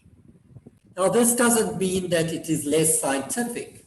It just means that it allows the researcher to enter into the field of research as a person, as a living entity that is actually creating an interpretation of reality. And remember that when you're actually doing qualitative research, one thing that you have to develop is an understanding of your interpretive ability, your ability to understand, your ability to interpret, because qualitative research is very much grounded in meaning, the meaning of symbols, the meaning of words, the meaning of actions. And all of these meanings, as we identified in the previous speakers about inclusivity, is going to present us with a tremendous amount of challenges. Because as we move forward in doing qualitative research, we're going to have to realize the cultural underpinnings as a researcher, that we view both the spoken word and the visual perception of what we actually observe. It is therefore important for us, if we're going to develop a more inclusive research strategy, that we need to open our minds to understand cultural differences and their need to be interpreted from different frameworks for qualitative research to make a contribution to the development of knowledge. The research journey is therefore often a very lonely one. However, what I do suggest is that you attempt to form, where possible, research teams to broaden that intellectual base from which you're actually viewing reality, that one doesn't approach it from a single cultural paradigm. One of the things that I think presents us with tremendous amount of challenges in the qualitative space is asking ourselves, when we actually create the instrument to actually record reality or understand reality, what we're actually doing is capturing it in terms of a particular frame of reference, as I've said. But a more important issue is to what extent are we actually capturing the voices of the Indian people at the particular point of time. One thing when I actually examine many theses from Asia in general, is that often one sees that the instrument as well as the qualitative speak that has actually been captured, regrettably, is all recorded in English. Now I say regrettably because often that recording or transcribing or translating in many cases does not reflect the actual meaning of the participants in the context in which they are actually recorded. It therefore presents us with a tremendous amount of challenges as a multilingual society like India, to what extent we actually want to record the voices of the actual participants in their home language. Now, if this is not possible, then to what extent are we able to actually ensure that any translations are both accurate, that the recording of an interpretation of the data is actually reflective of the respondents which the recordings represent. Otherwise, the interpretations that we make are going to be biased in favor of the researcher's interpretation and not the actual recording of the voice or narrative or story of the actual participants. Finally, a consideration which has always been a very contentious one in the scientific world of publication is the whole publication and distribution of research results. One can see that there's far more emphasis in publications now on understanding the research process or the research design in order to assess the trustworthiness or generalization of the data that has actually been obtained in research prior to publication. And as a reviewer, the one thing that I wish to advise you as emerging or even as established researchers is to look very closely when you're actually doing qualitative research on the nature of your population and sampling. Now, case studies can involve one person, it can involve multiple people, but one needs to ask yourself, what is the logic of what I've actually selected as my cases in the actual research process? Too often are we actually now seeing research that is done either through convenience or purposive sampling that is very difficult to assess the accuracy of the data that has actually been accumulated for publication. Therefore, if you are looking at publications, please make sure that you understand the sampling process and the actual requirements of the journal that you wish to publish in as to what they actually are looking for from a phenomenological point of view. Finally, in that debate, I think what qualitative research is really based on is to what extent are researchers still applying ethical principles in the data collection process and recording. It is therefore incumbent upon us to make sure that the respondents have given their full permission to have their voices recorded, interpreted, and published. I wish you luck with your venture in the coming days. I'm sure it's going to be a very valuable contribution to developing science within the Indian context. Thank you very much.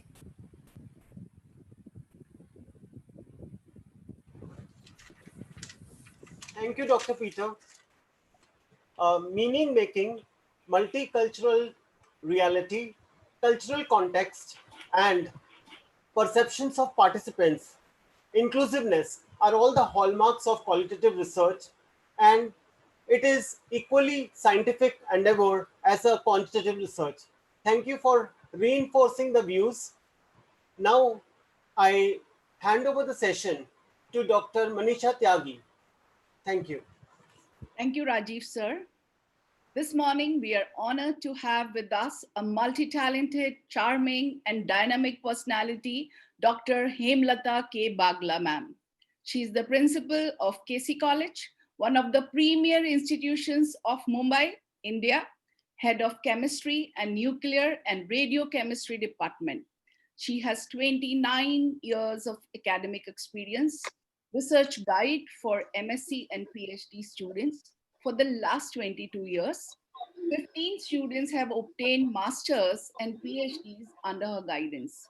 Ma'am is postgraduate in MSc, specializing in organic chemistry and doctorate in nuclear and radiochemistry. Her areas of expertise are nuclear and radiochemistry, biomonitoring, biomedical, and nanomaterials. Her research interests lie in different thrust areas of chemical and biomedical sciences. She is a referee for assessment thesis and reviewer of various journals, panelist at various academic forums across the globe, written career-related articles in the leading newspapers of Mumbai. Remarkable achievement of Hema Bagla ma'am that she has published more than 170 research papers in national and international journals of repute, including 9 publications in NASA Astrophysical Database. She has held the position as first woman president of the most prestigious Indian Chemical Society, Mumbai branch. She is the recipient of many prestigious awards for her contribution in scientific research. To name a few, Women's Achiever Award by Power Women Fiesta 2020. Innovation and Leadership Award Graduate College, Humanities and Commerce by Higher Education Forum in the year 2020. Indo-US Foundation Award for Excellence in Research as Educationist under 45 category 2013. K.C. Ratna Award for her outstanding contribution to the development of her institution in the year 2011. The Young Associate Award by Maharashtra Academy of Science 2009. Young Scientist Award by Indian Council of Chemists at IIT Roorkee 2003, my hometown. Dr. Tarun Datta Young Scientist Memorial Award for being outstanding in the field of nuclear and radiochemistry. And list is on and on, ma'am. We are very much delighted and thank you for being with us for this morning. And I request you to address the gathering. Dr. Hema Bagla, ma'am. Thank you so much. My greetings to all of you. And I really feel humbled to be part of this webinar after listening all eminent trustees of our board and eminent speakers from India and across the globe. So a warm welcome to all the participants to the second webinar. And I really feel very happy that once again you invited me to be part of this beautiful seminar, which I have witnessed that both the seminar series, webinar series, they are amalgamation of the intellectual resources from two great institutions, University of Mumbai, Department of Education, and Bombay Teachers Training College, HSNC University, Mumbai. And the leaders from both the institutions have indeed put in immense efforts to see to it that all participants, they are all the stakeholders who are part of this webinar, there's a lot to take away. So I'm sure effective sharing of knowledge, practices, and technologies will immensely benefit those who are part of this webinar series. And it's unbelievable that in 15 days' time, Bombay Teachers Training College, led by Dr. Balani and his team, very efficient team, and leaders from Department of Education, University of Mumbai, organizing 22 webinars. Again, I repeat, within a span of 15 days is quite commendable. But I would always like to leave this thought with all of you that every progress, whether in science and technology or in education field, the contribution of great educationists will always, always be remembered. These 2 days webinar is surely going to attract many participants who will take up education as a career. In addition, the educationists of the nation may like to rededicate themselves to create high quality research output from India and make the nation proud. I would like to share with the participants that I'm quite inspired by Dr. Abdul Kalam. When I read, I try to imbibe few values and it can be passed on to the generations, young generations, because as teachers, as administrators, we have great responsibility to our nation. So it's very important that a qualitative or quantitative aspect of research, it's going to affect every aspect of our life on this earth. So we must ask, how do we all enrich the society? Every effort, every work, every research has to be in that direction, signifying our national spirit that can Indian education or can education all over the globe inspire youth. If we desire to nurture the nation, I believe we have to nurture all the teachers so that we can nurture the youth. So let us all work together to promote this temperament, whether scientific temper or educational temper. It's among our youth who are greatest partners in the transformation process in our country. And I know that all the colleges across India, all institutions across the globe, they have this main objective of excellent academic excellence so that we give a better world to our youth. So thank you so much for having me here. It was great. It was a humbling experience to listen to all the eminent speakers. And I'm very, very overwhelmed, indeed overwhelmed to see the camaraderie of both the institutions. Last 15 days, you have inspired so many youth. And surely I think that the future of our nation is very bright. And we need to see that how we together become the global citizens and think of in entirety about the earth, picking up the research areas in the field of pollution or having environmental impact. So I think we all need to brainstorm and sit together to go forward in this direction. Thank you so much. And once again, I'm sure this journey of 8 days which you're taking together, it will be fruitful and useful for all the participants. Thank you so much. Thank you, ma'am, for your words of wisdom. We will surely uphold values and inculcate them among the youth. Now I request Dr. Raju Talreja to take over. Dr. Raju Talreja. Thank you, Dr. Manisha Tyagi. It's my privilege and a humbling experience to introduce Dr. Shefali Pandya, Professor and Head, Department of Education, University of Mumbai. Armed with a double PhD in Education and Management, Madam has carved a niche in research by successfully guiding 41 PhD students, 16 MPhil students. A strong foundation of over 30 years of teaching at postgraduate level, she has 16 books and 129 international and national paper publications to her credit.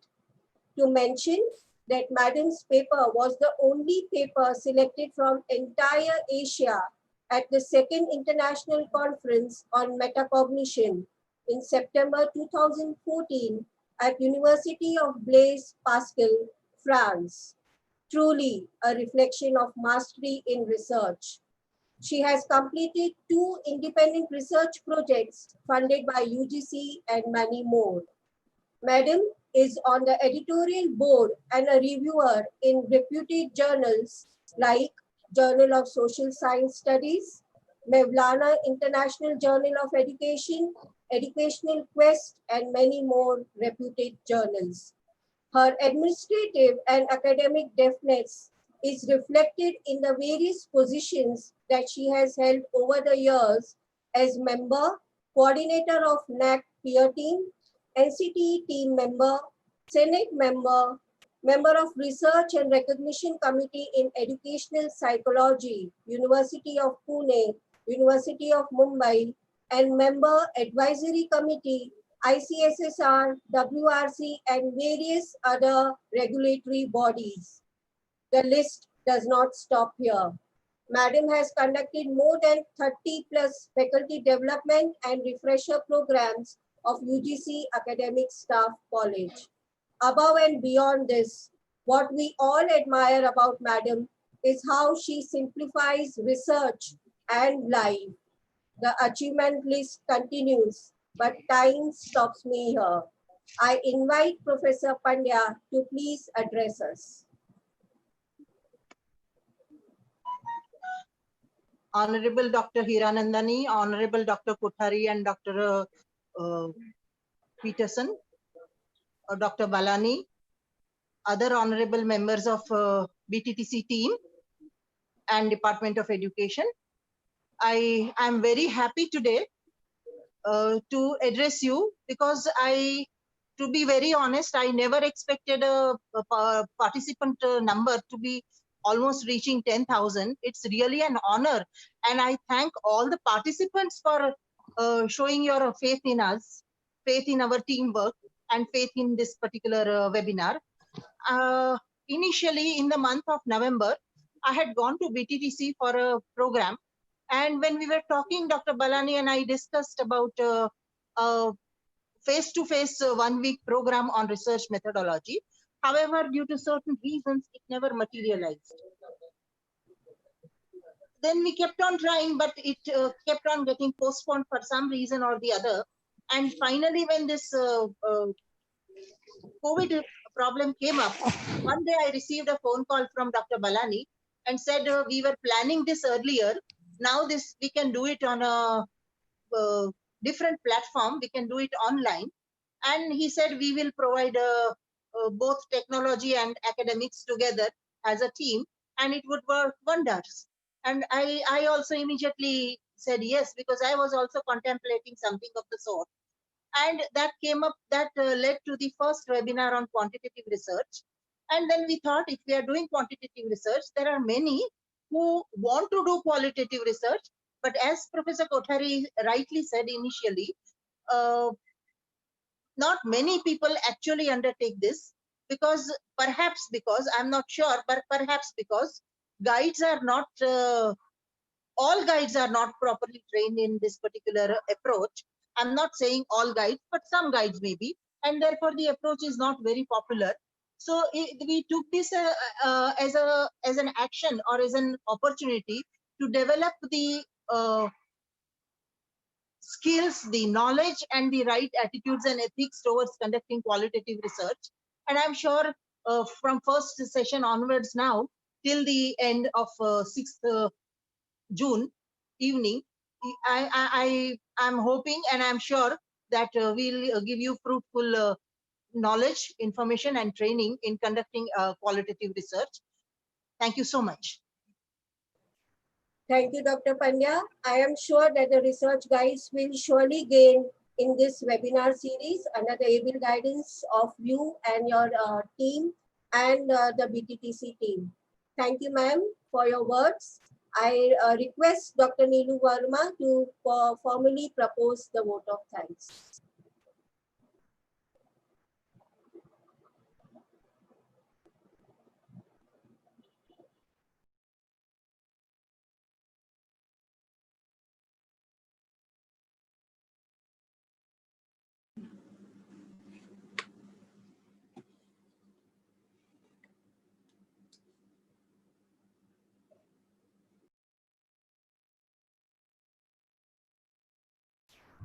Neelu ma'am, please unmute yourself. Dr. Neelu Verma, are you audible? Hello? Hello?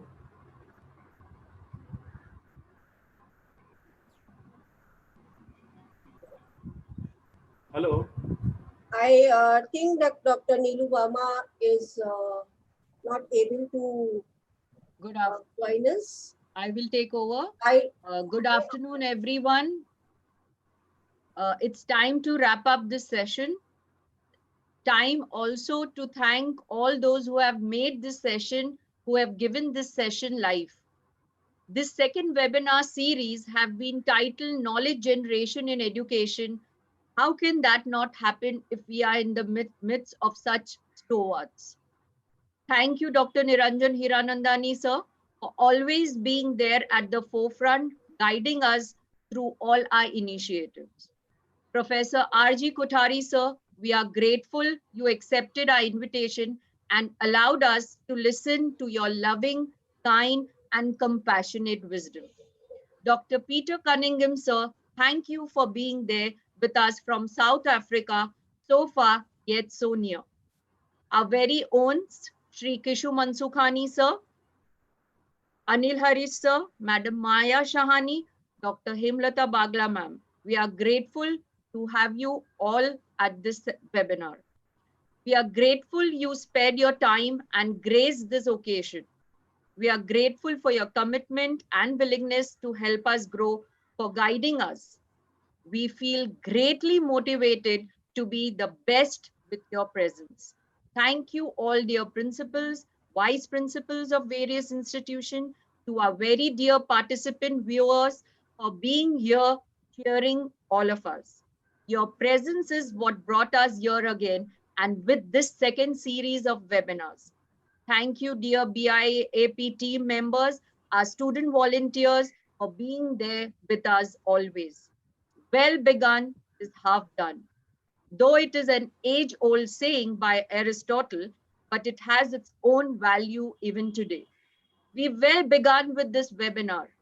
We are sure we keep up to your expectations and contribute further to your knowledge bank through the technical session. Thank you, everyone. We begin with the next session, the technical session for the National Webinar Series 2.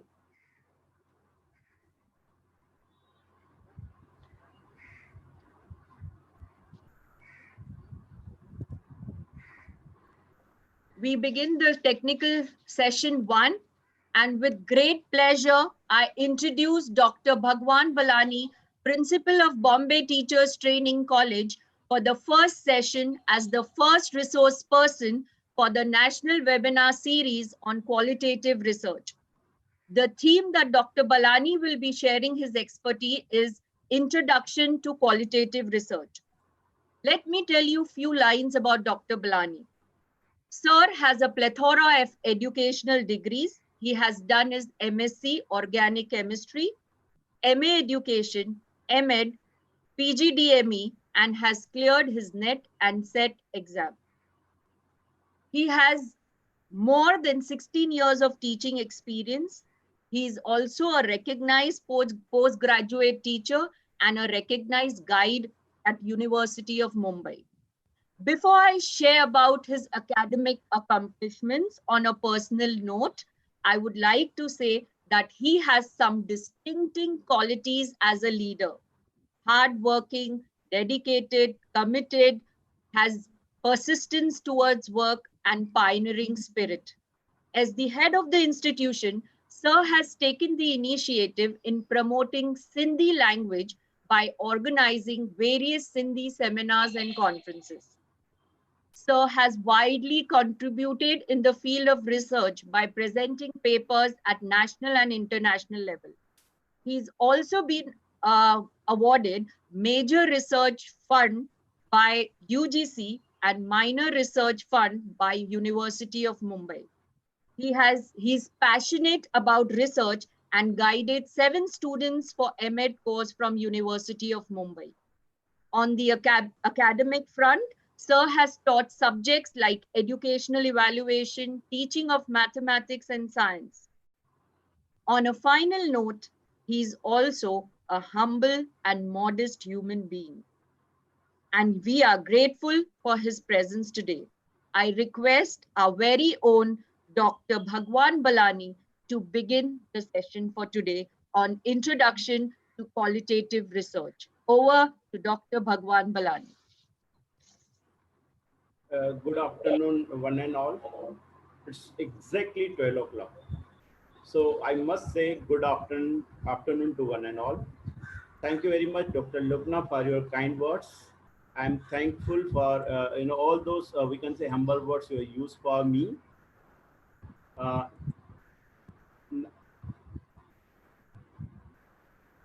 I will request technical team to allow to make me co-host so that I can share my screen with the participants. Jatin, please make me co-host so that I can proceed further. Done, sir. Done. Okay. So I am thankful to all the dignitaries, Dr. Hiranandani, Mr. Anil Harish, Mrs. Maya Shani, Dr. Emnata Bagla, Professor Peter Cunningham, Dr. Shefali Pandya, and all professors at Bombay Teachers Training College and Department of Education for your support and for being here and being a part of this webinar series. My topic is Introduction to Qualitative Research. Now, if you see, as far as my background is concerned, my background is mathematics. I love mathematics. I love statistics. And most of my researches I have done in qualitative research. But this is a wonderful journey. And 2 of my projects which I have done, whereas I have used quantitative research also. So it's my privilege to introduce the qualitative research, and I have been reading about the qualitative research and its method since long time. And what I found over the period of time, now I started developing a lot of love to read more about the qualitative research, we can say publications, and why there's a very strong reason behind it.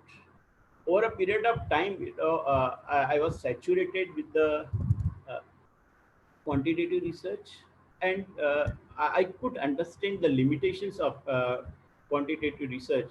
So I thought, why to not focus more on undertaking qualitative research? So in this particular session, I'm going to give you an overview about the meaning, characteristics, goals, research designs, and I will also would like to emphasize on differentiating between the qualitative and the quantitative research.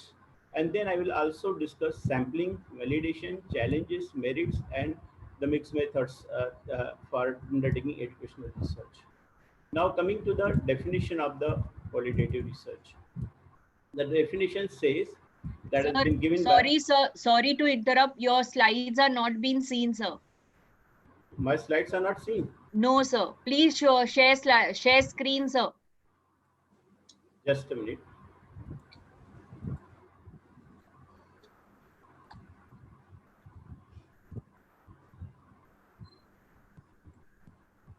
Slide. Yeah, sir, we can see now. You can do slideshow. Done.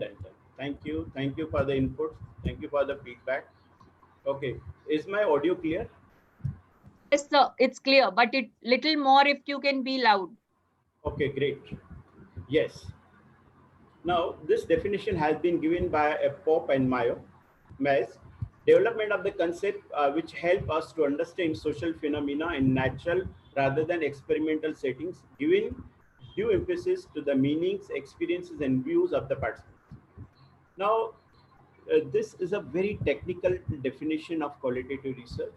But in reality, if you wish to understand as far as the qualitative research is concerned, it can be better understood by examining the different cases.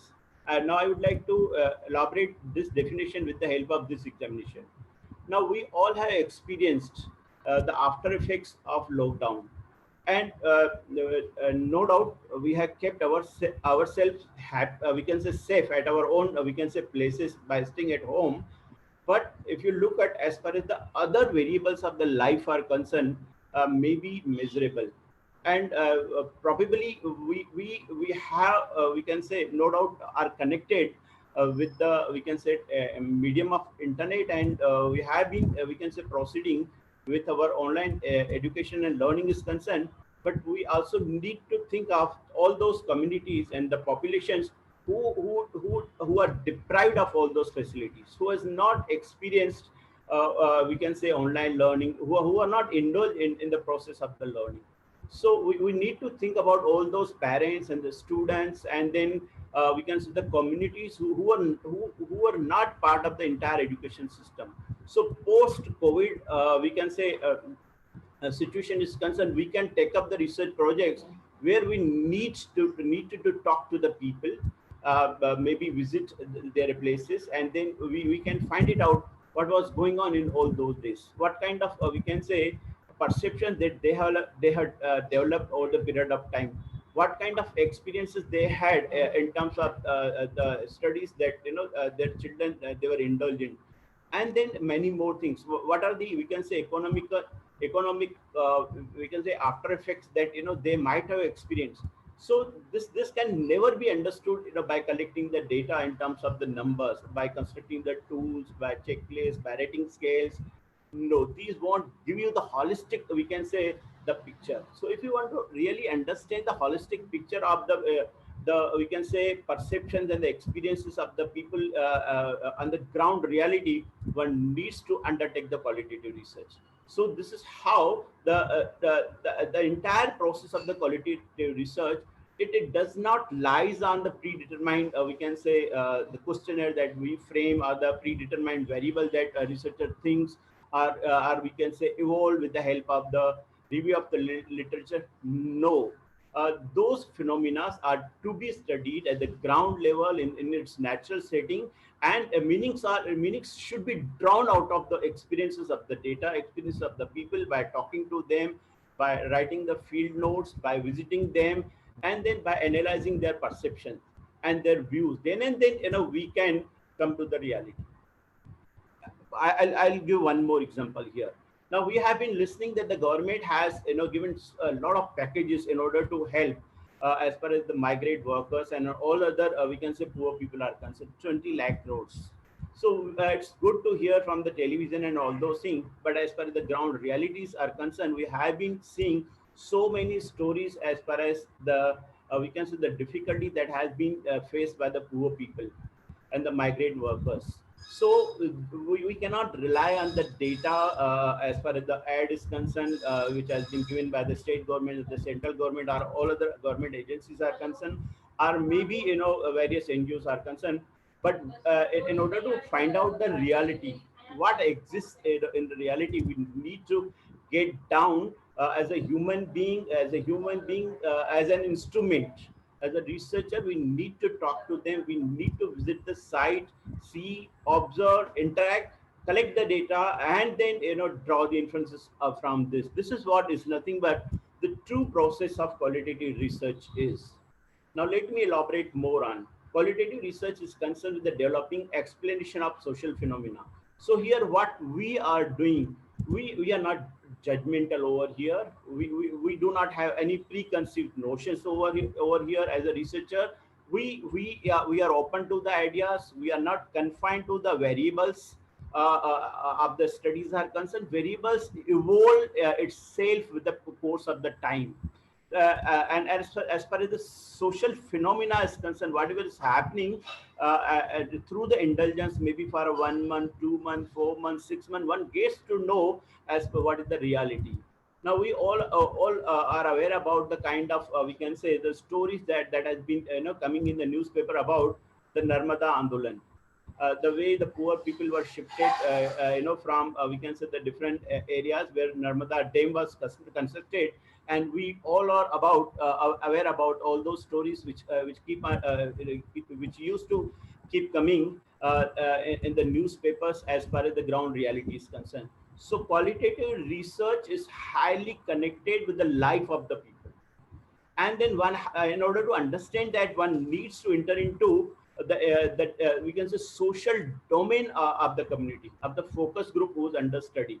So if you see, as far as the qualitative research is concerned, it has got many more merits over the quantitative research, because all the variables are taken into consideration by the researcher, and the research is not confined to we can say certain variables, predetermined variables, which in case of quantitative research takes place.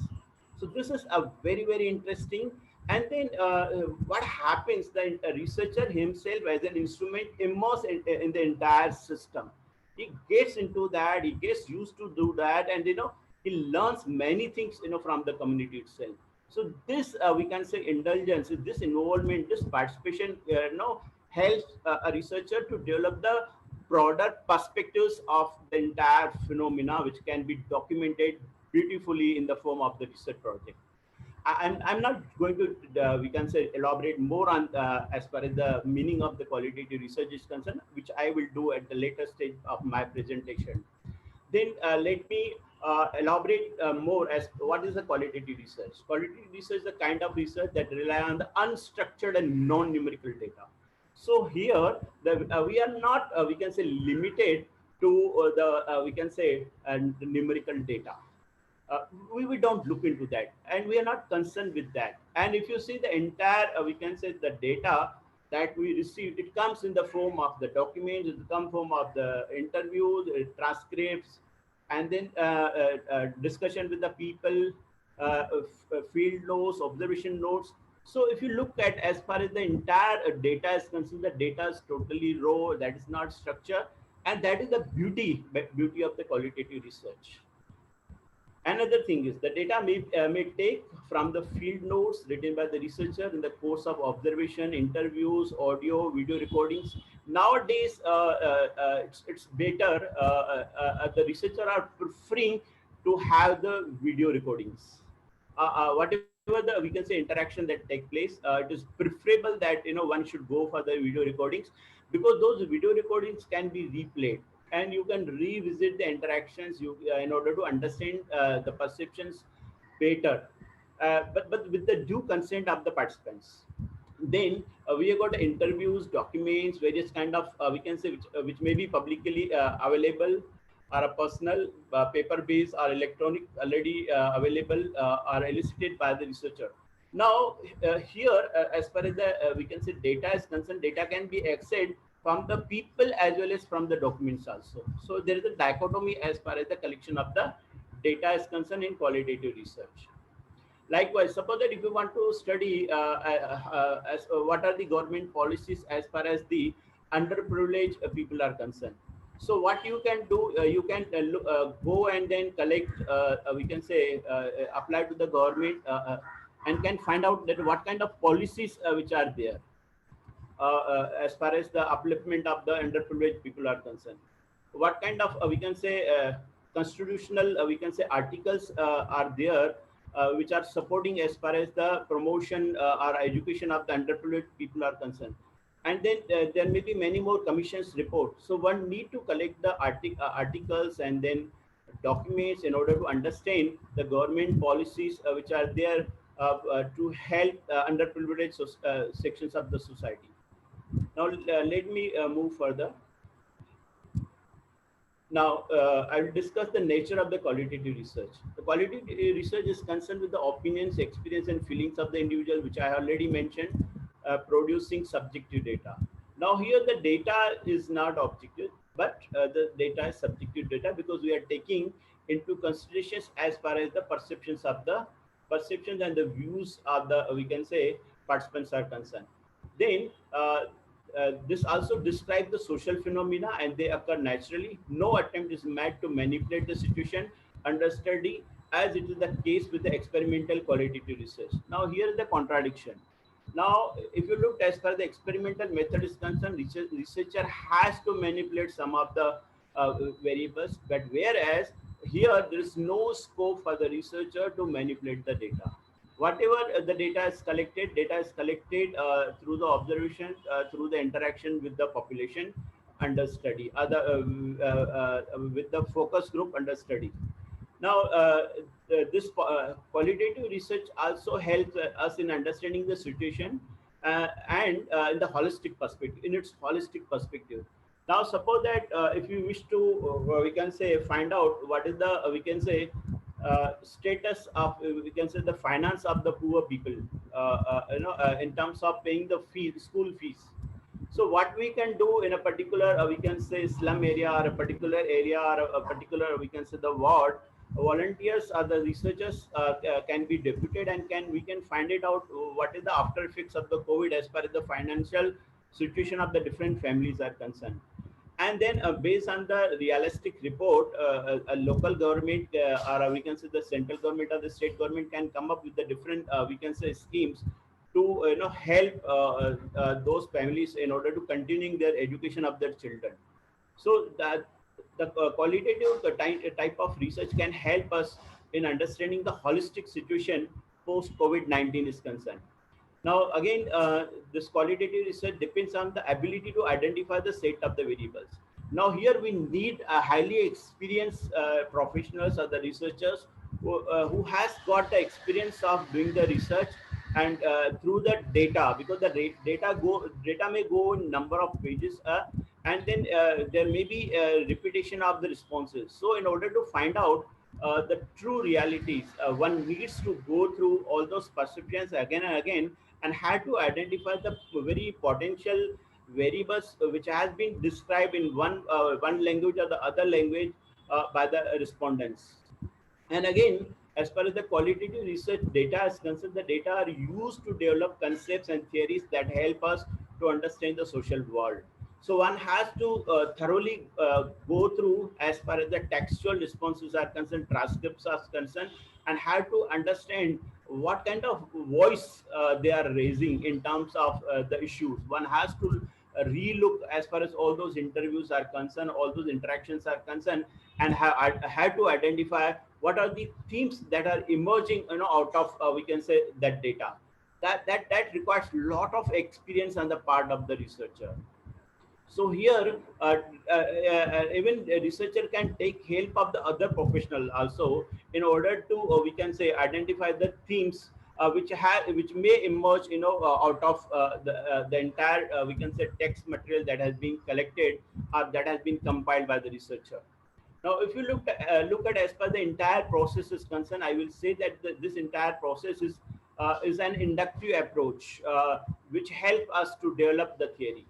So even as far as the qualitative research is concerned, it can be of now the nature of this qualitative research is exploratory, and it can help us to develop the theory. And that's why, as far as the one of the research designs of the qualitative research is concerned, is nothing but the grounded theory. I will discuss about the grounded theory in my later of my presentations. And now let me go to the nature of the qualitative research.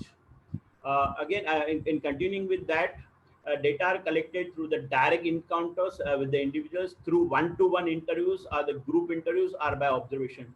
So the entire data now, since is collected from the field, is realistic, is the authentic data, the credible data.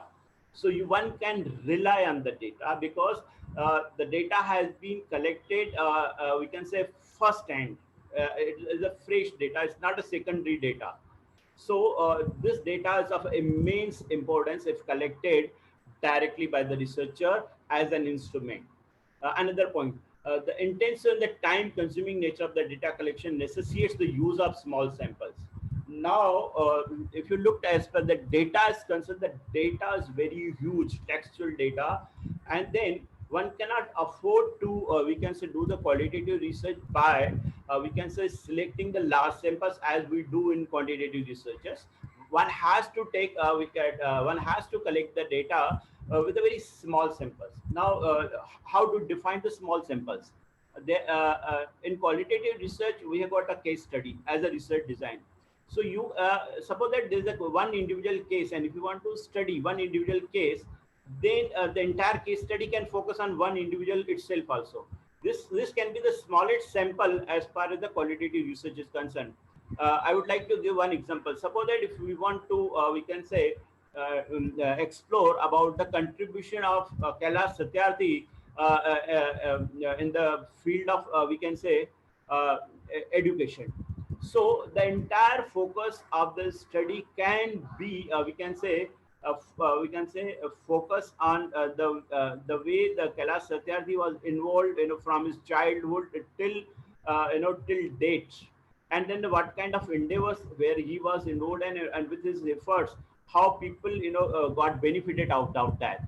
Or we can also take a study as far as one particular institution is concerned. For example, we can take a study about the contribution of HSNC board colleges, we can say, in the field of education. So one can undertake, we can say, case study for a particular institution also. So this is a one sample. So if you see, as far as the sample size is concerned, it can go from minimum 1 to maximum, say, if it is a very rigorous kind of study, then it can be 12, 15, 18, 20, 25 also. It entirely depends upon the capability and the saturation level of the data is concerned. If the researcher feel that that the data is not sufficient, then researcher can go for even in the larger data also. Researcher can go for, we can say, a data of 30 also.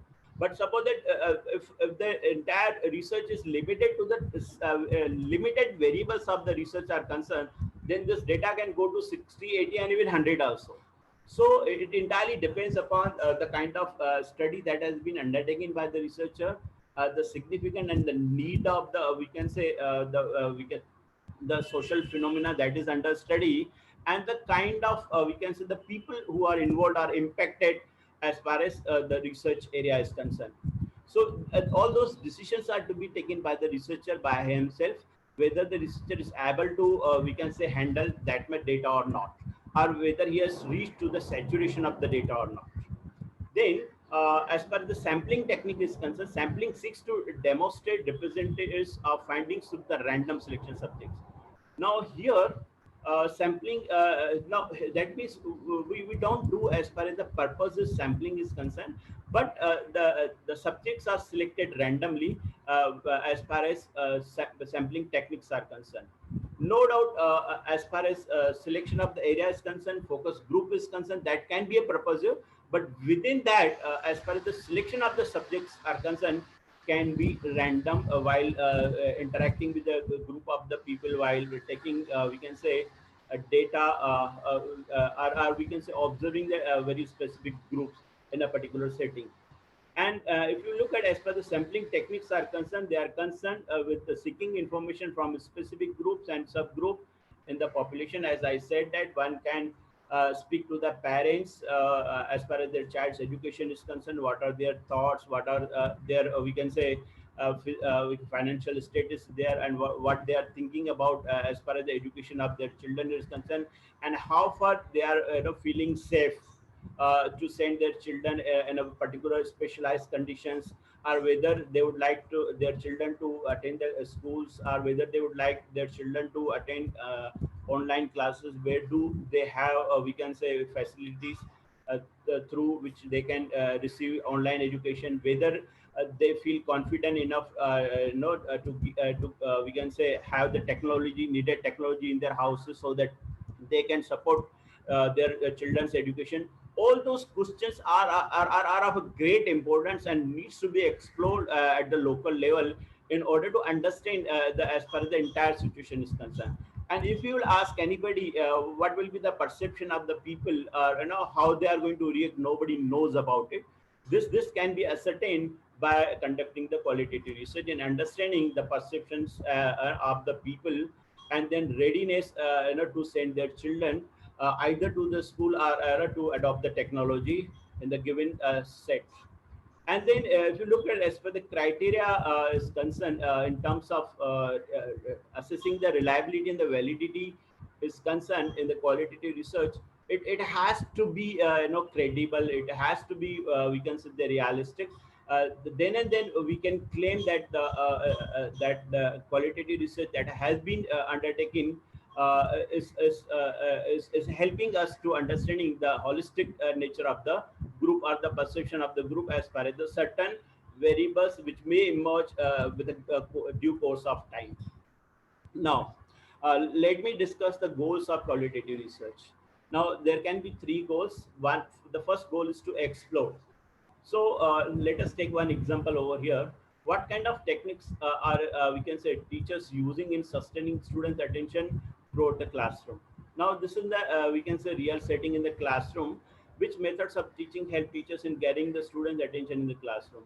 What kind of cooperative learning strategies can effectively engage the students? Now, here, if you see, as far as the effective teaching is concerned, these are the certain questions one can explore in the beginning of the we can say the research, and then can do the observation in the classroom, can we can say as a researcher can talk to the teachers, can talk to the peers, can talk to the we can say students, and in some cases parents also.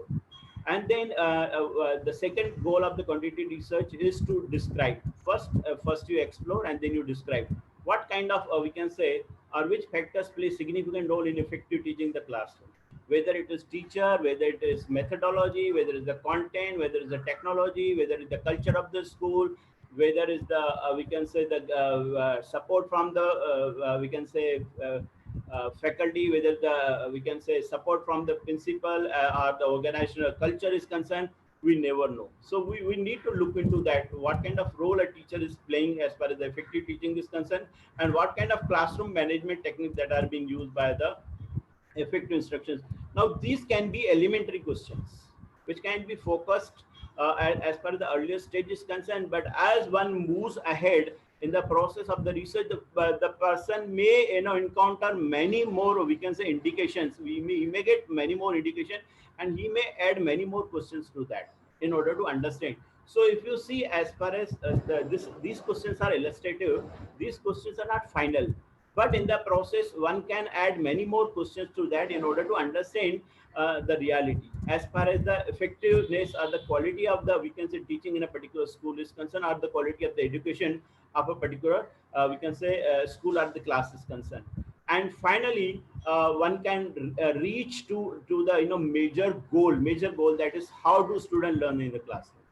So theory can be, we can say, can be developed with the help of this observation, exploration, descriptions, then finding the keywords, themes, and then putting the themes together in the form of the categories, putting the categories together, and then can develop the different narrations on the basis of that. Now, while developing the narrations, one can use the quotes. A very important quotes may be used by the people in their talks. So the support of those quotes can be taken in order to, we can say, explore and reach to the goals of the qualitative research is concerned. Now, qualitative research can be understood better if you compare with the quantitative research. So this is a very, very interesting, we can say, area which I would like to highlight more in order to understand the qualitative research. Now, what happens if you want to understand the power of white, if you white color, then if you will compare it with the all other colors, probably you may not get a very better understanding of the importance of the white. But if you take the total opposite to that, that is black, I think probably you will be able to understand the concept of white color in a better manner. So let me compare now qualitative research with the quantitative research. Now here in quantitative research, we seek to confirm hypothesis about the phenomena, where we don't frame any hypothesis as far as the qualitative research is concerned. Instead, we seek to explore the phenomenon. So everything starts with a scratch. Whereas in quantitative research, what we do the review of literature. And then we want to we find out the gaps in order to fill the gaps. And then we are interested to know what kind of variables has been explored by the researcher, previous researchers, and we want to we can say identify the variables which are missing. But in contrast to that, as far as the qualitative research is concerned, we don't bother about it. In fact, I will say that one shall not do the rigorous we can say review of the literature. One shall do it for for understanding the processes or the methodology is concerned, but one shall not look into the variables are concerned. But whereas through the qualitative research, one needs to explore the different we can say unknown variables.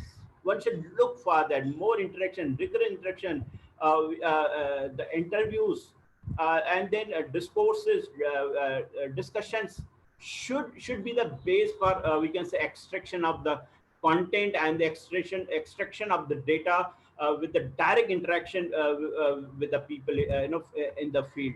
So this is the kind of contrast that you can see between the quantitative and the qualitative research. Now here the instruments are a more rigid style and of eliciting and categorizing responses to questions. Now here what we do, we use rating scale, we use questionnaires, we use tests, and then the entire data, it comes in the form of the numbers. Opposite to that, in the qualitative research, the instrument that a researcher used, in fact the researcher himself is an instrument, and then he should be open to the ideas, very flexible, and then he shall use interactive style of eliciting and categorizing responses to the question. This is very, very important, and this requires skills, this requires experience. So here the instruments can be the test, the students can we can say that testing tools can be the questionnaires. But whereas here, as far as the qualitative research is concerned, the researcher himself is an instrument, and it entirely depends on his flexibility of the mind is concerned, how far he is skilled to use the iterative styles of eliciting the information from the participant, and his abilities of categorizing the responses to the questions. That's fantastic. And as per this process of the qualitative research is concerned, of gathering the data is of a great importance, great importance. And now let us look at as far as the quantitative research is concerned, it uses highly structured methods such as questionnaire, survey, structured observation, which I already mentioned. But here the entire process is very, very flexible. The researcher can start with the structured we can say questions, but later on, based on the situation, he can we can say further construct the questions based on the needs. So he can rely on the semi-structured methods, in-depth interviews, focus group interactions, and participant observation. This is of a entirely a different kind of process as far as data gathering is concerned. Now let us move. And now in quantitative research, we try to quantify variation in terms of measuring the measures of we can say center tendency, variability, and then we try to apply the various statistical techniques. Whereas in the qualitative research, we describe the variables, we describe the variance in the perception of the student. That is the beauty. Lot of we can say the ideas may come up, lot of perceptions may emerge, lot of experiences and views may emerge, which may be of great interest to the researcher. So if you see, as per the richness in the data is concerned, here in the quantitative analysis, the data is confined to the certain limited variables, Whereas, as far as the qualitative research is concerned, there is a great variety of the variables which may emerge, from the interaction with the people. Great variation, may be there in the description of the people, perceptions. Now here in the quantitative data, we predict the causal relationship. That's all. That is a highly limited, we can say, perception that can be, studied. But whereas in the qualitative approach, the researcher can describe and explain the relationships. Okay, the way people explain their views and all those things, one can develop the relationship. That is the beauty of qualitative research. And then here, as per the quantitative data analysis, can describe the characteristics of the population, whereas here we describe the individual experiences. So individual experiences are far, we can say, more important, far more real in comparison to the characteristics of the population, because the characteristics of the population are limited to the very fewer, again, variables are concerned. But here, individual experiences are not limited to very few variables, but all the variables are the ones experiences can taken into the consideration. So here we describe the group norms also, whereas it is not possible to describe the group norms as far as the quantitative methods of research are concerned. Now let us move to the data form. The data in the quantitative analysis is numerical, whereas the data in the qualitative, we can say, analysis is concerned, it is textual. It can be in the form of the audio tapes, video tapes, and field notes, which may be very rich in terms of the content is concerned, which needs to be documented, which needs to be, we can say, streamlined in the form of, we can say, transcripts for the purpose of the study. So if you see, as far as the data and the qualitative approaches are concerned, are much more rich, holistic in comparison to the quantitative researches are concerned. So here, qualitative approaches has got more merits over the quantitative approaches are concerned. Now, let us see how they both differ as far as the flexibility in design is concerned. In quantitative data, study design is stable from beginning to the end. It remains static, doesn't change, it is fixed. You can't do anything much once you start. But whereas, as far as the qualitative research is concerned, some aspect of the studies are flexible.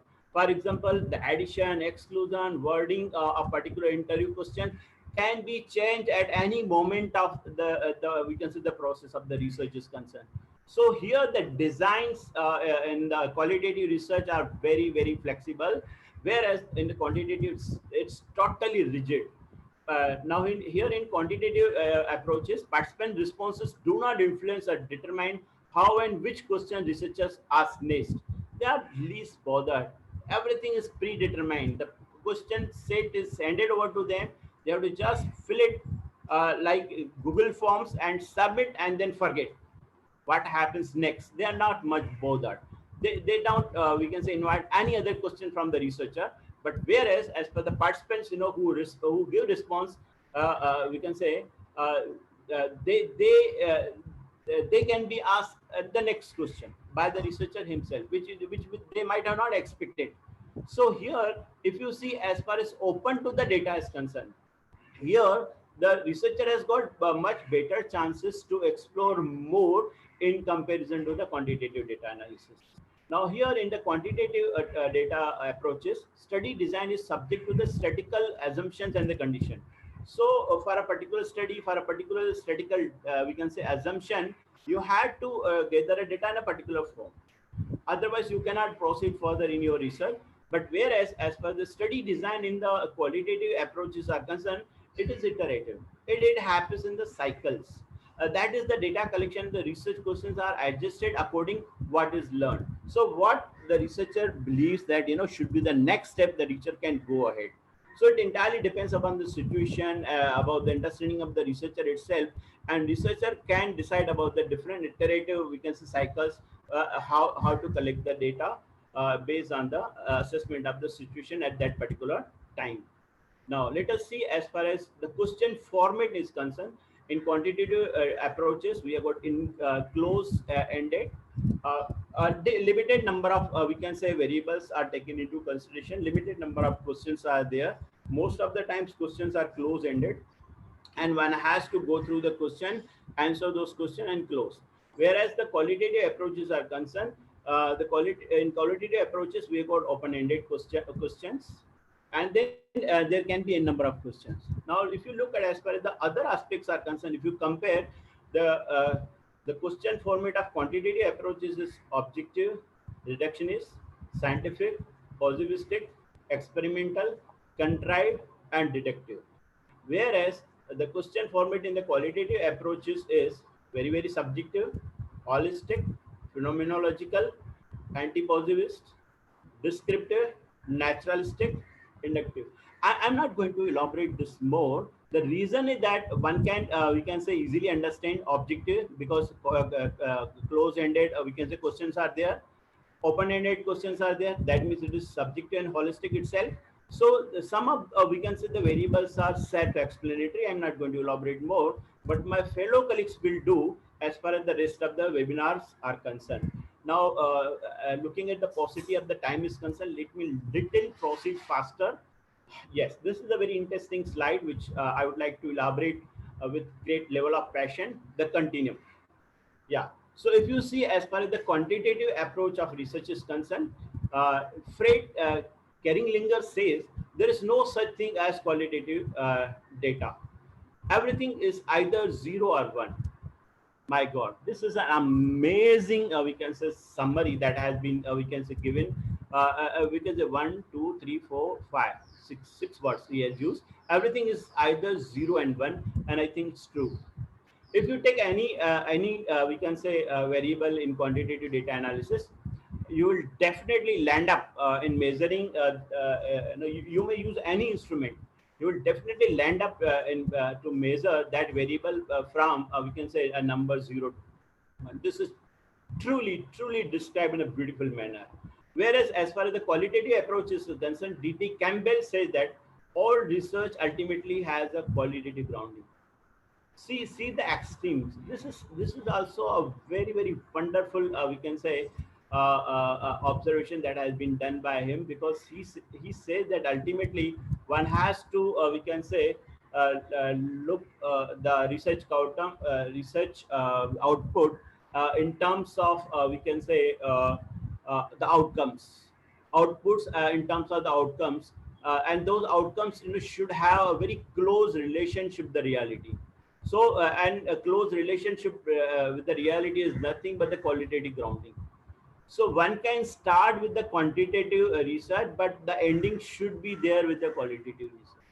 So if you see as far as the merits of we can say quantitative and merits of the qualitative research are concerned, I will say that one can use both the type of approaches. One may start with the quantitative approach, but rather than only continuing to the quantitative approach, one also needs to use the qualitative approach, so that as far as the outcome of the research is concerned is holistic and realistic. So this is a beautiful we can say approach that can be adopted by the researchers while undertaking any educational research project. Now, let me describe the qualitative research designs. I will start with ethnographic studies first, then followed by grounded theory studies, case studies, historical studies, action research studies, phenomenological studies. Now, this is a beautiful we can say chart. There are 6 methods. There are these are not only 6, but there are many more. But as far as this orientation is concerned, I'll just discuss these 6 research methods. Now, I'm not going to elaborate more as far as these research methods are concerned, but I'll just give you the meaning. I won't go in depth, but definitely I would love to discuss with this. Ethnographic research is builds theories of the cultures, or explanation of how people think, believe, and behave that are situated in the local time and space. Now, this has been given by Lee Comte and Senschul in 2010. Now, this reminds me of a friend, who met me at Bombay Teachers Training College. He said that I have spent 18 years in Singh, and I have lived with the Sindhi community over there, and I have written 18 books on them. So all the researches that he has undertaken, he is undertaking in the natural settings, and on the basis of the experiences, interaction with the people, you are able to write those books and studying the rich culture of this in this concern. So, Sir, sorry to bother you, sir. We have 5 to 7 minutes remaining. Yes. Is it okay that if within 5 minutes you'll wind up, sir? I will wind up by 5 to 10 minutes. So give Okay. me 5 more Okay, minutes. just a reminder, sir. Okay, thank you. Thank you. So this is a beautiful, we can say, example. If you wish to study the different cultures or ethnography, we can say, cultures are concerned, one needs to go down to the villages or the remote areas or the, we can say, rural areas, live with the community, and then spend time and then observe their interactions, and how do they exchange their ideas, how they live in a particular community, can be of a great interest. So I won't elaborate more because many more webinars have the basis as far as ethnographic research is concerned. The entire webinar will be there on this. Then you have got grounded theory. Now, grounded theory is a systematic methodology in the social sciences involving the construction of the theory through the methodological gathering and analysis of the data. The study using grounded theory is likely to begin with a question and even just with a collection of the qualitative data. This is very, very interesting. Whereas one starts with interviewing the participant with the open-ended question, and then through the participant observation in the field and interaction with the focus group, and even one can study the artifacts and the texts. Now this reminds me of a researcher. She met me, Aruna Madnani, whereas she has visited again the Singh for 3 weeks, and she had collected so many artifacts from there, and she brought so many books, old books, and then with the study of those artifacts and the textbook, we can definitely elaborate the culture of the Singh. So even as far as these processes are concerned, can be used in order to develop the different theories. Then you got case studies, which I have already mentioned. And one of the popular case studies in India is the Dabbawala case. And even if you see, as far as the level of accuracy in the customer services are concerned, was we can say considered as the one of the best practices as far as the business schools are concerned. So so many people they conducted the case study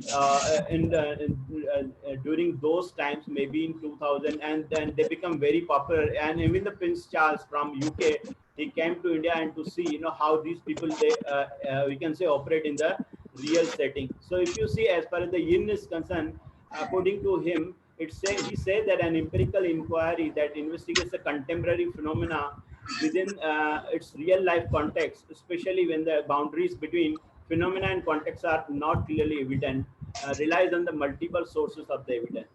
So as far as the Dabbawala case is the true case, nobody was knowing, as far as the modus operandi of the Dabbawala is concerned. But later on, when the study was, conducted, they came up with a lot of beautiful theories, from the one case, as per the researchers are concerned. And so many books are there available in the market, one can study as far as the Dabbawala case studies are concerned. Many more case studies were conducted on their practices. Now let me move action research. One can conduct action research in the classroom as individual teacher research, collaborative action research, school-wide action research, and can we can say popularize it as the community of the practice, and can improvise the quality of the education, okay, consciously. Then we have got phenomenological research. It is an approach to qualitative research that focuses the community of the lived experiences with a particular group. Through this process, the researcher may construct the universal meaning of the event, situation, experience, arrive at a more, we can say, profound understanding of the phenomena. So if any phenomena happens like COVID is concerned, so people can undertake many, we can say, qualitative researches, whereas one can study the different variables, we can say, involved in the after effects as far as the COVID is concerned, and the, we can say, social, moral, educational, emotional, we can say, variables of human life is concerned. So a lot of scope is there for the educational practitioners to take up a phenomenological, we can say, studies are concerned post COVID-19. Then, if you see, as far as the sampling techniques are concerned, we collect the samples from the people, and which help us in determining in processes. We can also take the samples from documents. We can also collect the manuscript photos in order to, we can say, do our qualitative researches. And if you look at, as far as the samples are concerned, the samples are very small, from 1 to 25 maximum. I said the design is emergent, and no representative sampling is there. Sampling, we can say, is purposive in some of the cases. And then the entire process is evolving, and it is not rigid at all. And if you see, as far as this validity and reliability is concerned, the data that is being collected by the researcher should be credible, transferable, dependable, and confirmable. So, one cannot fudge the data, one cannot manipulate the data. There's no scope at all, because the researcher has to keep all the evidences together. So this is how, as far as the quality of the qualitative research is concerned, it has got 4 pillars. The entire process should be credible, transfer, dependable, and comparable. Now, look at, as far as the data is concerned, data can, we can say, can be there in the form of the interviews, focus groups, observation, and the documents. And then, if you see, as far as the field notes are data analysis is concerned, one collects the data through field notes, video recording, audio recording, images, and the text messages. And then, as per the methods of qualitative research are concerned, we use in-depth interviews, focus group, case study, and observation. And then the objectives of, we can say, each of those methods are concerned, like in-depth interviews are concerned, we describe, and the sample size is small. So if you look at this chart is concerned, this chart describes, as per the different methods are concerned, what are the objectives of the, we can say, that method is concerned, and what should be the sample size. Most of the time, sample size is very, very small, and number of variables are large, as far as the qualitative research is concerned. I will leave this slide, this PPT, for the participant to refer again and again, and they will better understand by studying this. I won't take much time in order to describe this. And then, if you see, as per the characteristics of the qualitative research is concerned, usually we collect the data at the site. That's why it is authentic, where the participants are experiencing issues or problems. Qualitative researchers typically gather multiple forms of the data, as interviews, observation, and document. They do not rely on any of those, we can say, forms of the data. They collect multiple, we can say, data to authenticate the entire research process is concerned. This type of research method works towards solving complex issues by breaking down into the meaningful, we can say, inferences that is easily readable and understood by all. Since it is a more communicative method, people can build their trust on researcher, and information thus obtained is raw and unadulterated. These are some of the very, very important characteristics of qualitative researches, which gives them an edge over the quantitative methods of research.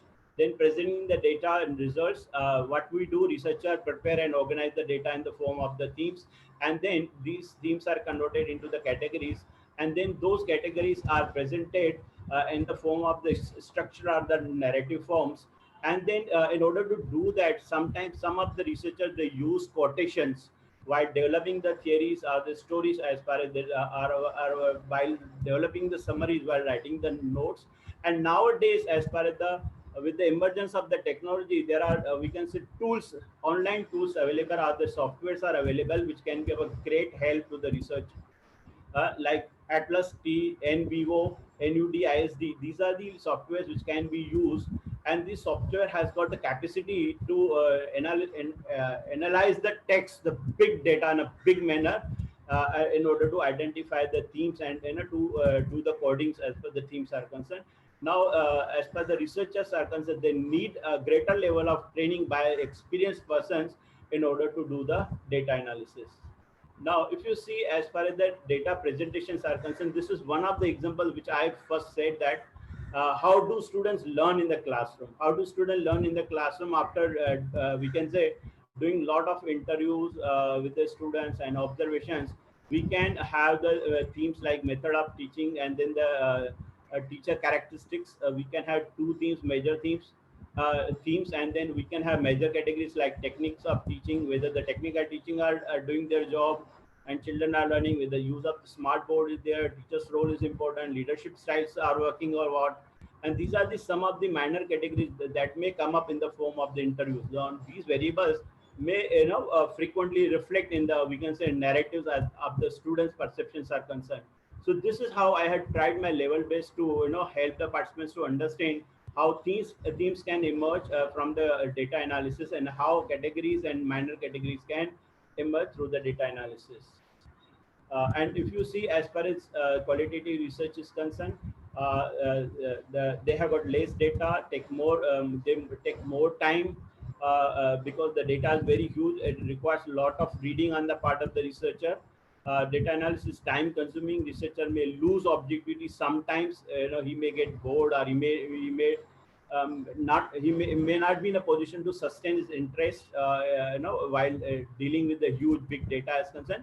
But nowadays, now since electronic, we can say, softwares are available, so I don't think there's any scope for losing any objectivity as far as doing the research is concerned. And too much alignment with the insiders are also can affect as far as the quality of the research is concerned. Now, what I will suggest now, looking at merits and demerits of both the, we can say, approaches of quantitative and qualitative research methods are concerned, I will suggest that one shall go for mixed method of the research, and then the combination of we can say both the methods can help a researcher to we can say come up with a more better and reliable outcome of the entire research endeavor is concerned, because we may have very comprehensive data along with the we can say in the holistic manner with the help of the qualitative research. These are the some of the resources which I have visited while preparing this PPT, and I think with this I must say thank you to all for we can say for this we can say inaugural first technical webinar on introduction to the qualitative research, and I hope that I have done justice with the task that was given to me.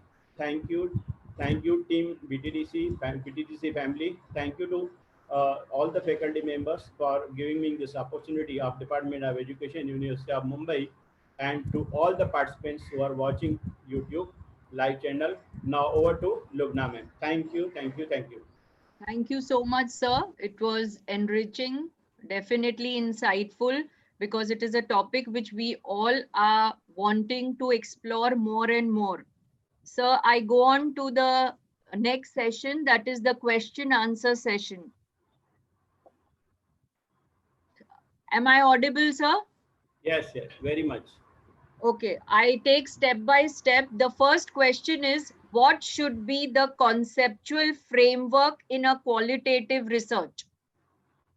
It depends upon the research question one wants to explore. As I said that as far as the qualitative research is concerned, there's great variety of the research design. So as far as natural settings are concerned, different communities are concerned, the variables are concerned, and then need and significance of the we can say research is concerned. These are the some of the factors which determine as far as the selection and the framework of the research is concerned. I cannot say any general recipe as far as the selection of the framework of the research is concerned. This can be done very well in our second session, because Dr. Ashwini Karande is going to discuss on how to develop the research proposal. I think that question will be much more appropriate in her session. So, sir, do you say that these conceptual framework begins from the base, that is review of related literature, exploring at the first step and going on to the in-depth study of the research questions? No, as I rightly said that no need to do a much review of related literature. One should do the review of related literature in understanding the processes as per the steps of the research are concerned. But researcher may not focus as far as the different variables of the studies are concerned, because those variables won't be of a help to a researcher, because the researcher has to conduct the research in the realistic terms for a separate group. So let the themes emerge through the interaction with the we can say the community. So I think review of the literature won't be of a much help to the researcher in terms of the variables selecting the variables of the studies are concerned, but it will be of a great help to him in order to understand the methodology and the process of undertaking the qualitative research is concerned. Thank you, sir. The next question, since you have come up with variable, there was a question from the participant. Do variables exist in qualitative research? They emerge along with the time. They emerge, yes, and there are many more variables. So many variables they emerge. It entirely depends upon the responses of the respondents. Now, So if one example, if you can support with this for the yes. variable. Yes. Now, as I said that how do students learn in the school? Suppose that if you ask to the parent, then parents may say that the teacher is supportive. When I ask the teacher is always there. If I call him 9 o'clock, teachers are approachable. The principal is very good. Likewise, the teachers' individual characteristics may appear. Supervisors may characteristics may appear. Principals, school culture, maybe the school environment. There can be thousands of, we can say, variables or the themes may emerge. So it entirely depends upon the researcher to identify the frequencies of those variables and identify as major and minor variables. So, sir, there are no fixed number of variables in qualitative research, you mean to say? Yes, they emerge along with the time. Okay, so we keep changing and modifying the variables according to the social context, depending on the social, physical, and other aspect. Do you feel say that? Definitely. Okay. Okay. The next question is: any guidelines for framing questions in qualitative research? One can we can say discuss with the peers, and then can construct the observation schedule, can construct the schedule for interview, keeping in mind major categories. Researcher may have some assumptions. I don't say assumptions should not be there. Key factors can be kept in the mind while collecting the documents, taking the photograph, recording the interactions and all those things. But along with the time, those we can say questions, may trigger many more questions out of that. Okay. So those are most interesting, and those questions will we can say enrich the data that will be collected at the later stage of the data collection process. So you mean to say one question giving birth to another one, and henceforth carrying on, and at the end you come with a lot of data and you then organize the data into a structured form. Likewise, one can go on asking the question, and at one point of time one may feel saturated. Now one may think, oh my god, abhi mere paas sawal nahi hai. Okay. It may happen also. Likewise, okay. This question answer session is concerned, it may go on, and there can be a one point of time where you say that, sir, there are no questions. Okay. So you come to an end at that saturation point you must reach to come to have no questions left for qualitative research. Definitely. Okay. So the next question they have asked is, what is an ideal sample size for a qualitative research? I said a minimum one for the case study, one individual institution. Then depending on the, we can say the nature of the problem that you are taking, you may have, if many more variables are there, you can select 10, 12, 15, and then you can go up to 25. But suppose that it is a focus group, there may be 60 to 80 also in some of the studies.